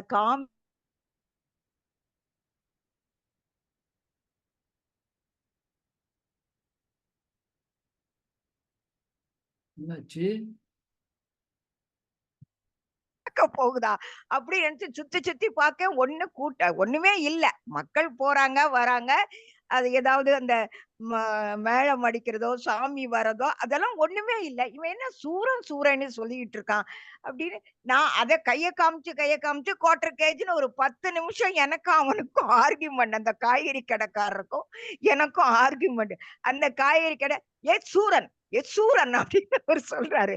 நல்ல வேளை அந்த சமயம் பார்த்து ஒரு ஐயர் அவர் வந்து வராரு. வந்துட்டு என்ன பார்த்த உடனே கேட்டாரு, புதுசாமா பாம்பேக்கு அப்படின்னாரு. ஆமா சார் அப்படின்னு. ஏமா இந்தியில சேனக்கிழங்குக்கு சூரன், நீங்க சூரன்னோன்னா இங்க நம்ம ஊர்ல திருக்கல்யாணம், பாம்பேல திருக்கல்யாணம் நடக்க போதா, சூரன் வரான்னு நீங்க சுத்தி சுத்தி பாக்குறத வச்சே எனக்கு தெரிஞ்சுக்கிட்டேன். அதனால அவன் சூரன்னு சொல்றது சேனக்கிழங்கு தான் அப்படின்னு சொல்லி அதுல அப்புறமா 1/4 கிலோ வாங்கினேன். வாங்கிட்டு இங்க வரும்போது இன்னொருத்தர் வந்து என்கிட்ட ஏதோ கேக்குறாங்க. எனக்கு பதில் சொல்ல தெரியல. இதெல்லாம் ரொம்ப அதாவது சுவாரஸ்யமான செய்திகள் தான். ஆனாலும் ஒவ்வொரு காரியத்துக்கும் நம்மளால இந்தியில பதில் சொல்ல தெரியல. அப்புறம் அவரு வந்து என்கிட்ட தமிழா நீங்க அப்படின்னு கேட்டாரு. ஆமாண்ணே, நான் மலையாளி தான் அப்படின்னு சொல்லிட்டு, இங்க வந்து பூக்கடை எங்க இருக்குன்னு நான் கேக்குறேன் அப்படின்னு அவரு சொன்னாரு. அதுக்கப்புறம் சொன்னேன், அந்த ரோட்டு ஃபுல்லா பூக்கடை தான், நீங்க போகலாம் அப்படின்னு சொல்லிட்டு வீட்டுக்கு வந்தாச்சு. வீட்டுக்கு வந்து எங்க வீட்டுல அவர் ஆபீஸ்ல இருந்து வந்த உடனே சொன்னேன், சேனக்கிழங்குக்கு எப்பா சூரனா சொல்லுவாங்க அப்படின்னு. ஆமா, சேனக்கிழங்குக்கு சூரன். அப்புறம் இந்த பேரிக்காய் எல்லாம் வாங்கணுமே, பேரிக்காய்க்கு நாஸ்பதி, பேரிக்காய் சொல்றது வந்து நாஸ்பதி. இப்படி ஒவ்வொரு காய்களுக்கும் ஆப்பிளுக்கு சப்ரசன் அப்படின்னு சொல்றாங்க. இதெல்லாம் நமக்கு. அதுக்கப்புறம் நான் என்ன பண்ணேன், எல்லா காய்கறி பேரையும் தமிழ்ல எழுதி இவர்கிட்ட இந்தியில கேட்டு அதை ஓரமா எழுதி வச்சுக்கிட்டேன். அதே மாதிரி பழங்கள் பேரும் எல்லா பழங்களையும் எழுதி அதை வந்து அந்த 2ஆம் கிளாஸ் 3ஆம் கிளாஸ் படிக்கிற பிள்ளைங்க மாதிரி அந்த பேரெல்லாம் இந்தியில எழுதி வச்சுட்டு அதுக்கப்புறமா போனேன். அப்புறம் இவர்கிட்ட சொன்னேன், நான் எனக்கு ஏதாவது வேலைக்கு போறேன், நான் வந்து என் வெளியில போனாதான் எனக்கு ஹிந்தி வரும். குவார்டர்ஸ்ல மாமி தான் இருக்காங்க, என் மாமி எல்லாம் தமிழ்ல தான் பேசுறாங்க, அதனால நான் கொஞ்சம் வெளியில போறேன் அப்படின்னு சொன்னேன். அப்போ வெளியில போறேன்னு சொன்னோன்னே நான் இருக்கிற வீட்டு மாமியே சொல்லுவாங்க, ஒரு லேடி டாக்டர் இருக்காங்க, அவங்களுக்கு ஒரு அசிஸ்டன்ட் வேணுமா, நீ போறியாமான்னு கேட்டாங்க. சரி அப்படின்னாச்சு. அந்த அம்மா பேரு ஷீலா மோட்வானி, அந்த டாக்டர் பேரு. அந்த டாக்டர்கிட்ட போனேன். அந்த டாக்டர் ஹவ் ஆர் யூ அப்படின்னு ரொம்ப அது இங்கிலீஷ்ல பேசினாங்க. நான் எஸ் மேம் அப்படியே தலையாட்டுறேன். அவங்க கடைசியா அவங்களுக்கும் கொஞ்சம், ஏன்னா அந்த மட்டுங்கா ஏரியால நிறைய பிராமின் இருக்கிறதுனால அவங்களுக்கும் கொஞ்சம் கொஞ்சம் தமிழ் தெரியும். ஒய்எஸ் எஸ் தவிர உனக்கு வேற ஒண்ணுமே தெரியாதா அப்படின்னாங்க. நான் உடனே சொன்னேன், மேடம் எனக்கு தெரியாது, ஏன்னா இங்கிலீஷ் வந்து கான்வர்சேஷன் எனக்கு இன்னும் வரல அப்படிங்க. ஓகே, டோன்ட் வரி, நீ என்கிட்ட 1 இயர் நீ ஒர்க் பண்ணு, உனக்கு இங்கிலீஷையும் ஃப்ளூயண்டா நான் கத்து கொடுக்குறேன், ஹிந்தியும் கத்து கொடுக்குறேன், நீ பேஷண்ட் வராத சமயத்துல உனக்கு கத்து கொடுக்குறேன், நீ கவலைப்படாத, உனக்கு எனக்கு ரொம்ப பிடிச்சிருக்கு அப்படின்னு அவங்க தமிழ்ல உன்னை ரொம்ப பிடிச்சி இருக்கு அந்த மாதிரி அவங்க தமிழ் பேசுறாங்க, இந்த ஸ்லோன் தமிழ் மாதிரி அவங்க பேசுறாங்க இருக்கு அப்படின்னாங்க. அந்த அம்மா, அந்த டாக்டர் அம்மா எனக்கு ரொம்ப அழகா இதுக்கு இது இந்த பேரு, இந்த இந்தியில இந்த பேரு, இங்க அதான் வடிவேலு ஒரு படத்துல சொல்லுவானே இதராவோ, அத மாதிரி இங்க இதராவோ அப்படின்னா இங்க வா. அதாவது ஒரு மொழி தெரியாமல் பிற மாநிலத்துல போய் நம்ம எவ்வளவு, அதாவது இங்கிலீஷும் நமக்கு புளுயன்சி இல்ல, ஆனா இந்திய நாம் அதாவது இந்திய கட்டாய பாடமா ஆக்குறத நான் சொல்லல. என்ன சொல்றேன்னா, கேரளாவுல உள்ளவங்க இந்தி படிக்கிறாங்க. அவங்க வெளி மாநிலத்துக்கு போன உடனே என்ன பண்றாங்க, இந்தியில பேசிக்கிறாங்க. நமக்கு தெரியல. அந்த மாதிரி ஒரு கஷ்டமான சூழ்நிலைய நான் அனுபவிச்சேன். ஆனா அந்த டாக்டர் அம்மா சொல்லி கொடுத்ததுனால இன்னைக்கு எவ்வளவு வேகமா யாரு இந்தி பேசினாலும் என்னால தமிழ்ல மொழிபெயர்க்க முடியும். அந்த அளவுக்கு நான் உயர்ந்திருக்கிறேன்னா அந்த டாக்டர் அம்மாவும் என்னோட கணவரும், அதுக்கப்புறம் என்னோட 2 பிள்ளைங்களும் அவங்களுக்கு இந்தி கட்டாய பாடம், மராட்டி கட்டாய பாடம். அவங்களெல்லாம் பேசுறதுல வச்சு அந்த இதெல்லாம் நான் தெரிஞ்சுக்கிட்டேன். இதெல்லாம் நான் 24, 25 வயசுல நான் பட்ட அனுபவங்கள் இருக்கே. அப்ப கூட நினைப்பேன், நம்ம படிச்சு என்ன பிரயோஜனம்? ஒண்ணுமே நமக்கு தெரிய மாட்டேங்குது. இங்கிலீஷ் படிச்சோம். அப்ப இங்கிலீஷ் ப்ரொஃபசர் சொல்லுவாங்க, at least try to talk in இங்கிலீஷ்பாங்க. எங்க யாரு ட்ரை பண்றதுங்க? ஹாஸ்டல்ல எல்லாம் தமிழ்ல தான். ஏதோ ஒரு இங்கிலீஷ் வேர்டு அப்பப்போ பேசிப்போம். இந்த மாதிரி ஒரு ஏன்னா இது நான் எப்ப சொல்றேன்னா 1969 இருந்து 73 வரைக்கும் பியூசி, அப்புறம் டிகிரி 72ல முடிச்சு நான் வெளியே வரேன். வெளியே வந்தவுடனே எனக்கு கல்யாணம் ஆயிடுச்சு. அந்த நேரத்துல நம்மளோட ஸ்டாண்டர்ட் அந்த மாதிரிதான் இருந்தது. ஆனா இப்போ அப்படி இல்லை. பிள்ளைங்க எல்லாம் நல்லா எல்லா மொழியுமே கத்துக்கிறாங்க. ஒரு மொழியை நம்ம அதிகப்படியா கட்டாயமா வைக்க கூடாது. கத்துக்கிறது தப்பே இல்லை. ஆனா இந்தி தெரியாம அந்த சூரனை இன்னைக்கும் எனக்கு வீட்டுல சேனக்கிழங்கு வாங்கினா அந்த ஞாபகம் தான் வரும். ஆகா சூரன் சூரன் அப்படின்ட்டு அந்த ஞாபகம் தான் எனக்கு வரும். இது என்னோட வாழ்க்கையில அந்த டாக்டரையும் அந்த அந்த கடைக்காரையும் என்னால ஒரு மறக்க முடியாத ஒரு சம்பவம். எங்கனால இதை நான் அநேகமா நிறைய இடங்கள்ல இதை நான் சொல்லுவேன். இப்படி ஒரு சம்பவத்துல நான் தத்தளிச்சு, அதாவது கடலுக்குள்ள நான் தத்தளிச்ச மாதிரி தத்தளிச்சு வெளியில வந்தேன். அந்த அளவுக்கு அங்க அவங்க இது பண்ணாங்க சார். நன்றி சார். ஒரு நல்ல ஒரு சமயத்தை கொடுத்ததுக்காக உங்களுக்கு என் மனமார்ந்த நன்றியை சொல்றேன் சார். நன்றி, வணக்கம். நன்றிங்கம்மா. 2 நிமிடங்கள் கொஞ்சம் அதிகமாக எடுத்துக்கொண்டாலும் தாங்கள் சிறு வயதில் மொழி தெரியாத தேசத்தில் இருந்து எப்படி கஷ்டப்பட்டீர்கள் என்பது, தாகமா இருக்கும்போது தண்ணீர் கிடைக்க குடிக்க முடியாம கஷ்டப்படுறோம் பாத்தீங்களா? அந்த மாதிரி அந்த மொழிய பேச தெரிஞ்சும் நம்ம பேச முடியாம தவிச்சிருக்கீங்க பாருங்க. அத மிக அருமையா சொன்னீங்க. உண்மைதான். மொழிய கத்துக்கிறதுல தப்பு கிடையாது. ஆனா அது கட்டாயமாக திணிக்கப்படுவதுதான் தவறு. அது அழகா சொன்னீங்க. அது உண்மையும் கூட. ஒரு பழைய நிகழ்வு உங்களை இழுத்து இதில் கண்டிப்பாக நாம் கலந்து இந்த சிறப்பான நிகழ்வை நாம் பேச வேண்டும் என்று உங்கள் ஆர்வம்.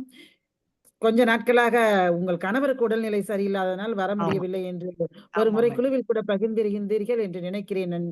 நன்றாக இருக்கிறாராமா? நன்றாக இருக்கிறார். சரி சரி, வாங்க. இனிமே கொஞ்சம் முடிஞ்ச வரைக்கும் கலந்துக்கங்க அப்பப்ப. நீங்க பேசுறது ரொம்ப ஒரு அறிவுபூர்வமாகவும் அனுபவபூர்வமாகவும் சிறப்பான விஷயங்களாக இருக்கும். எப்பொழுதும் அவ்வப்பொழுது கலந்து கொள்ளுங்கள். மிகவும் நன்றி அம்மா. நீங்கள் பேசியதை பற்றி தலைவர் ஐயா பேசுவார்கள்.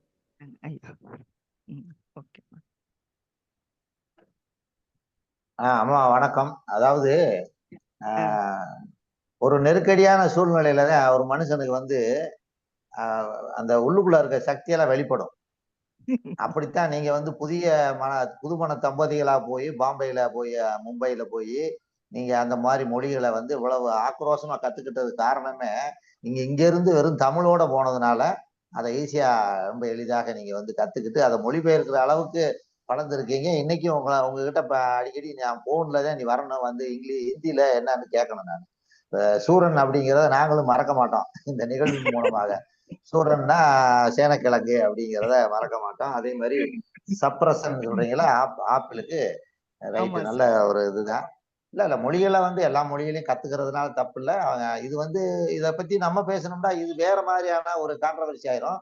அது நமக்கு தேவையில்லை. நல்ல அருமையான ஒரு விஷயத்த அவங்களுடைய சுயசரிதையினுடைய ஒரு பக்கத்துல சிரிக்கக்கூடிய நகைச்சுவையாக, அதாவது நினைத்தால் எனக்கே சிரிப்பு வரும் சமயத்திலேன்னு ஒரு பாட்டு இருக்கும். அந்த பாட்டு மாதிரி அந்த அம்மா நான் அதை நினைக்கும் போல எனக்கு சிரிப்பு வருது அப்படின்னு சிரிச்சுக்கிட்டே சொன்னாங்க. அதுதான் சுவாரஸ்யம். அந்த சுவாரஸ்யமான விஷயங்களை எங்களுக்கும் பகிர்ந்து எங்களுக்கும் அந்த ஒரு மகிழ்ச்சியை கொடுத்தீங்க. ரொம்ப நன்றிம்மா. அடிக்கடி நீங்க தொடர்ந்து நீங்க வாங்க. உங்களுடைய வருகையை அவரோட எதிர்பார்க்கிறது யாவரும் கேளீர் கலை இலக்கிய மையம். நன்றி. நன்றிங்கம்மா, நன்றிங்கம்மா. உங்களால நாங்களும் சில ஹிந்தியில என்ன வார்த்தைகள்னு கத்துக்கிட்டோம். பாம்பே நிகழ்வை எல்லாம் அறிமுகப்படுத்தினீங்க. அடுத்த நிகழ்வில் இணைந்திருக்கும் கவிஞர் அருண் ஐயா அவர்களை பேச அழைக்கிறேன். வாருங்கள் ஐயா. வணக்கம். எனைகின்ற அன்னைக்கும் அன்னை மொழிக்கும் தமிழக யாவரும் கேளீர் கலை இலக்கிய மையத்தின் நிறுவனர், தலைவர் மற்றும் செயலர், இணைப்பில் உள்ள அனைத்து சொந்தங்களுக்கும் எனது மாலை வணக்கங்களை தெரிவித்துக் கொள்கிறேன். என் சுயசரிதையின் சுவாரஸ்யமான பக்கங்களை நான் அங்கொன்றும் இங்கொன்றுமாக நினைத்து பார்க்கின்ற ஒரு நம்பிக்கையினுடைய துளிராக இங்கு கொடுக்க விழைக்கிறேன். நான் இந்த பூமியில் நான் ஒரு 8 மாத குழந்தையாக இருக்கும் பொழுது என் வாழ்க்கையில் ஒரு மிகப்பெரிய இடி என்னன்னா, ஒரு போலியோ அப்படின்ற ஒரு விஷயத்துல நான் வந்து மாட்டிட்டேன். அப்ப வந்து என்னுடைய இடது கால் வந்து ஊனமாகி விட்டது. அதுதான் என் வாழ்க்கையினுடைய இருண்ட காலமா அப்படின்னா கிடையாது. ஏன்னா எங்க அம்மா இருந்தாங்க, எனக்கு எல்லாமா இருந்தாங்க. எங்க அப்பா எனக்கான நம்பிக்கையை கொடுத்தாங்க. அதனால நான் வந்து தன்னம்பிக்கையா நடந்தேன். நண்பர்களோட நான் எல்லாரும் போல இயல்பா இருந்தேன். கிரிக்கெட் விளையாடினேன், வாலிபால் விளையாடினேன். எந்த இடத்துலயும் என்னுடைய நண்பர்கள் என்னை எங்கேயுமே ஒதுக்கினது கிடையாது. நான் ஒரு மாற்றுத்திறனாளி இருந்தால் கூட என்னுடைய எந்த இடத்துலயும் என்னுடைய மாற்றுத்திறனாளி என்ற ஒரு விஷயம் எங்கேயுமே எனக்கு தெரியாது. என்னை அறிந்தவர்களுக்கு தெரியும். அப்படி நான் வளர்ந்துகின்ற காலகட்டத்தில் என்னை வந்து 4ஆம் வகுப்பு படிக்கும் பொழுது என்னுடைய குளோரி பாத்திமா அவங்களுடைய பேர் கூட எனக்கு அப்ப தெரியாது. ஏன்னா 4ஆம் கிளாஸ் டீச்சர் தான் தெரியும் அவங்கள. அவங்க வந்து என்னுடைய திறமைகளை அறிமுகம் செய்தாங்க. அருண் நல்லா பாடுவான் அப்படின்னு முதல்ல. அப்போ எனக்கு அந்த எனக்கான நம்பிக்கையினுடைய துளிரை கொடுத்தது எனது 4ஆம் வகுப்பு ஆசிரியை. அப்ப அவங்க வந்து முதல்ல காவடி பாட சொல்றாங்க. ஆண்டு விழாவுல பாடுறேன். நல்ல கைத்தட்டல், நல்ல ஒரு தன்னம்பிக்கை கிடைக்குது. இது மாதிரி தன்னம்பிக்கையினுடைய பக்கங்களை சுவாரஸ்யமான பக்கங்களா இங்க நான் பகிர்ந்துக்கிறேன். அடுத்து 5ஆம் வகுப்பு முடித்து வேறொரு பள்ளி, அது ஆர்சி மேல்நிலை பள்ளி. அது புதிய மாணவர்கள் எல்லாம் அங்கு கொஞ்சம் பெரிய மாணவர்கள், நல்ல ஒரு விழுமியங்களை கற்றுக்கொண்ட ஒரு அற்புதமான ஒரு பள்ளி. அங்க போயிட்டு அதே போல பல கலைக்கழக போட்டி என்பது அப்பெல்லாம் நடக்கும். இப்ப கலை திருவிழா, அப்பெல்லாம் வந்து கலைக்கழக போட்டின்னு சொல்லுவாங்க. அந்த கலைக்கழக போட்டியில வந்து பாத்தீங்கன்னா மாவட்ட அளவுல நான் வந்து பாடல்லையும் பேச்சுலயும் வந்து முதலிடம் பெற்றிருக்கேன். அது வந்து என் வாழ்க்கையில மறக்க முடியாத ஒரு சுவாரஸ்யமான பக்கங்கள். அடுத்து நான் 10ஆம் வகுப்பு முடித்து வேறொரு பள்ளிக்கு போகணும். அங்க வந்து பேருந்தில் ஏறி சென்று படிக்க வேண்டும். அப்போ எங்க அப்பா வந்து என்னை வந்து அப்போ ஒரு ஊக்குவிப்பா சொல்றாரு. ஆனா அப்ப அந்த எப்படின்னு தெரியல. எப்படி சொல்றாருன்னா, என் தம்பியை வந்து ஒப்பிட்டு சொல்றாரு. தம்பி வந்து மம்முட்டி எடுத்தாவது அவன் பொழைச்சுக்குவான், நீ என்ன பண்ண போற அப்படின்னு சொல்லிட்டு நம்மள ஒரு கிரியா ஊக்கி மாதிரி அப்பப்ப கொளுத்தி போடுறது மாதிரி கொளுத்தி போடுவார். அப்படி நமக்கு அந்த ஒரு எண்ணம் வரும். அப்பா நான் சொல்லுவேன், அப்பா நான் +2ல நான் நிறைய மார்க் எடுப்பேன்ப்பா, கண்டிப்பா நான் ஒரு அரசு அலுவலர் ஆயிடுவேன் அப்படின்னு சொல்லிட்டு. அப்படியே நான் வந்து 12ஆம் வகுப்புல 1000க்கு 1025 மதிப்பெண் எடுத்து என்னுடைய பி குரூப் நான் படிச்சேன். அதுல முதல் மதிப்பெண் எடுத்து நல்ல அரசினுடைய சார்பாகவே நான் வந்து திண்டிவனம் அரசு RCTTIல வந்து பாத்தீங்கன்னா டீச்சர் ட்ரைனிங் கிடைக்குது. 2 ஆண்டுகள் படித்து முடித்து அதுல இருந்தே நான் வந்து ஒரு தனியார் பள்ளியில ஒரு 3 ஆண்டுகள் பணி புரிஞ்சேன். அதுலதான் எனக்கு நிறைய அந்த கவிதை எழுதுவதற்கான ஊடுபொருளா இருந்துச்சு. எனக்கு 12ஆம் வகுப்பு இருக்கும் பொழுதே எனக்கு சில போட்டிகள்லாம் கலந்துகிட்டு நான் பரிசுலாம் வாங்கியிருக்கேன். அதெல்லாம் எனக்கு ஒரு தன்னம்பிக்கையினுடைய பக்கங்களாக இருக்கு. எனக்கு என்னை வழிநடத்திய, என்னை ஊக்குவித்த ஆசிரியர்களுடைய காரணமாக. அடுத்து நான் வந்து RC மேல்நிலை பள்ளியில போயிட்டு படிக்கிறேன். அதுல வந்து பாத்தீங்கன்னா 2 ஆண்டுகள் பயிற்சி. அந்த 2 ஆண்டு பயிற்சியிலையும் வந்து பாத்தீங்கன்னா முதலிடம். அது வந்து பாத்தீங்கன்னா தமிழ்நாட்டிலிருந்து நல்ல படித்த மாணவர்கள் வந்து கலந்து கொண்டு படிக்கிற ஒரு பள்ளி. அதுல வந்து கிடைக்கிறது அது வந்து கொஞ்சம் மிலிட்டரி கேம்ப் மாதிரி இருக்கும் அந்த காலேஜ். அது ஒரு RCTTIன்னு சொல்லுவாங்க திண்டிவனத்துல. அதுல நல்ல ஒரு மதிப்பெண் எடுத்து வெளியில வந்தேன். அதுக்கப்புறம் எனக்கு கடவுளுடைய ஆசீர்வாதத்தின் அடிப்படையில எனக்கு 21 வயதுல ஆசிரியர் எனக்கு வந்து வேலை கிடைக்குது. 21 வயதுல இடைநிலை ஆசிரியரா பணிபுரியிறேன். அதுக்கப்புறம் அதுல இருந்து 5 ஆண்டுகள் பணிபுரிந்த உடனே எனக்குள்ள ஒரு சிந்தனை, நம்ம அதே போல என்னுடைய 19 வயது முடிந்து 20வது வயதுல அதாவது தனியார் பள்ளியில இருக்கும் பொழுது முத்துச்சிதறல் என்ற ஒரு கவிதை தொகுப்பு வெளியே வருகிறது. என்னுடைய முதல் குழந்தை அதுதான். அது வந்து என்னுடைய அந்த கவிதை புத்தகம் வெளியிடும் போது எனக்கு ஒரு ஆர்வம் மட்டும்தான் அதிகம். நிறைய நம்ம எதாவது எழுதணும், நிறைய எழுதுவோம். அப்ப போயிட்டு அப்படியே எழுதிட்டே இருப்போம். அப்ப அந்த துளிர் அங்கதான் ஆரம்பிச்சிச்சு. அப்ப அந்த முத்துச்சிதறல் என்ற கவிதை தொகுப்பு வெளியிடும் போது மிக ஒரு சோதனைக்கு கடந்து பல இது கற்பனமா வெற்றி பெற்றேன். அது வந்து திருவண்ணாமலையில வந்து பாத்தீங்கன்னா வம்சி பதிப்பகம் என்ற ஒரு பதிப்பகத்துல அதான் வெளியிட்டோம். அது வந்து எனக்கு வந்து சின்ன வயசு 19 வயசுல வந்து ஒரு புத்தகம் வெளியிடுறதுலாம் அப்போ ஒரு பெரிய இதுவா இருந்துச்சு. அது ஒரு என் வாழ்க்கையில நடந்தது.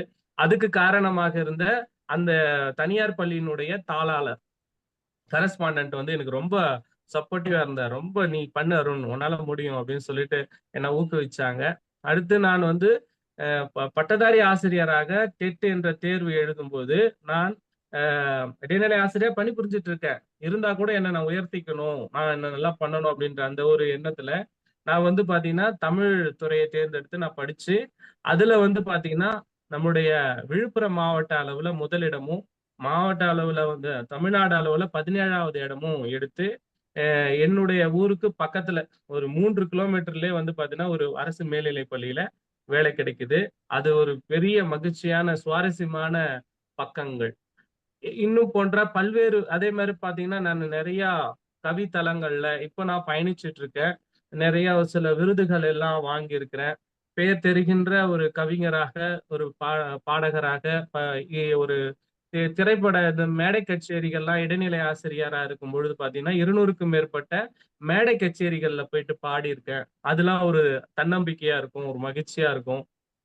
இந்த மாதிரி வாழ்க்கையினுடைய சுவாரஸ்யமான பக்கங்கள். அடுத்தது என்னுடைய மனைவி எனக்கு வந்து ஒரு இடைநிலை ஆசிரியர் இருக்கும்போது திருமணம் பத்தியில 27 வயசுக்கு அப்புறம் திருமணம் பற்றியான படலம் நடக்குது, திருமண படலம். அப்போ வந்து ஒரு இடத்துல போயிட்டு ஒரு பெண் பார்க்கும் படலத்துல முதல்ல போயிட்டு பாக்குற இடத்துல தடைப்பட்டு நின்றுடுச்சு.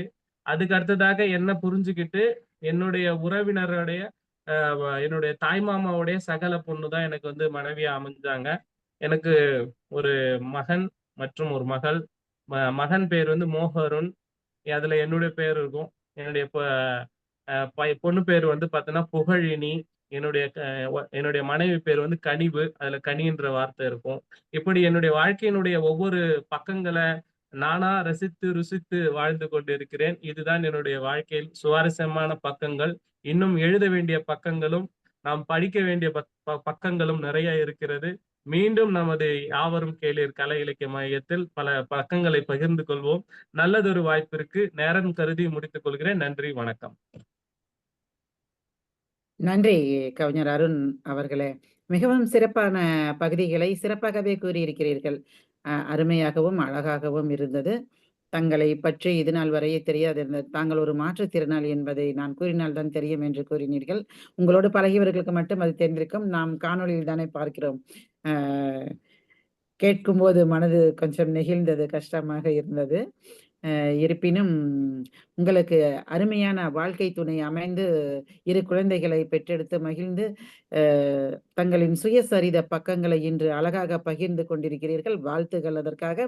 17 வயதிலா புத்தக தொகுப்பை வெளியிட்டிருக்கிறீர்கள். அதுவே சொல்லுங்க, 17 சொன்னீங்க?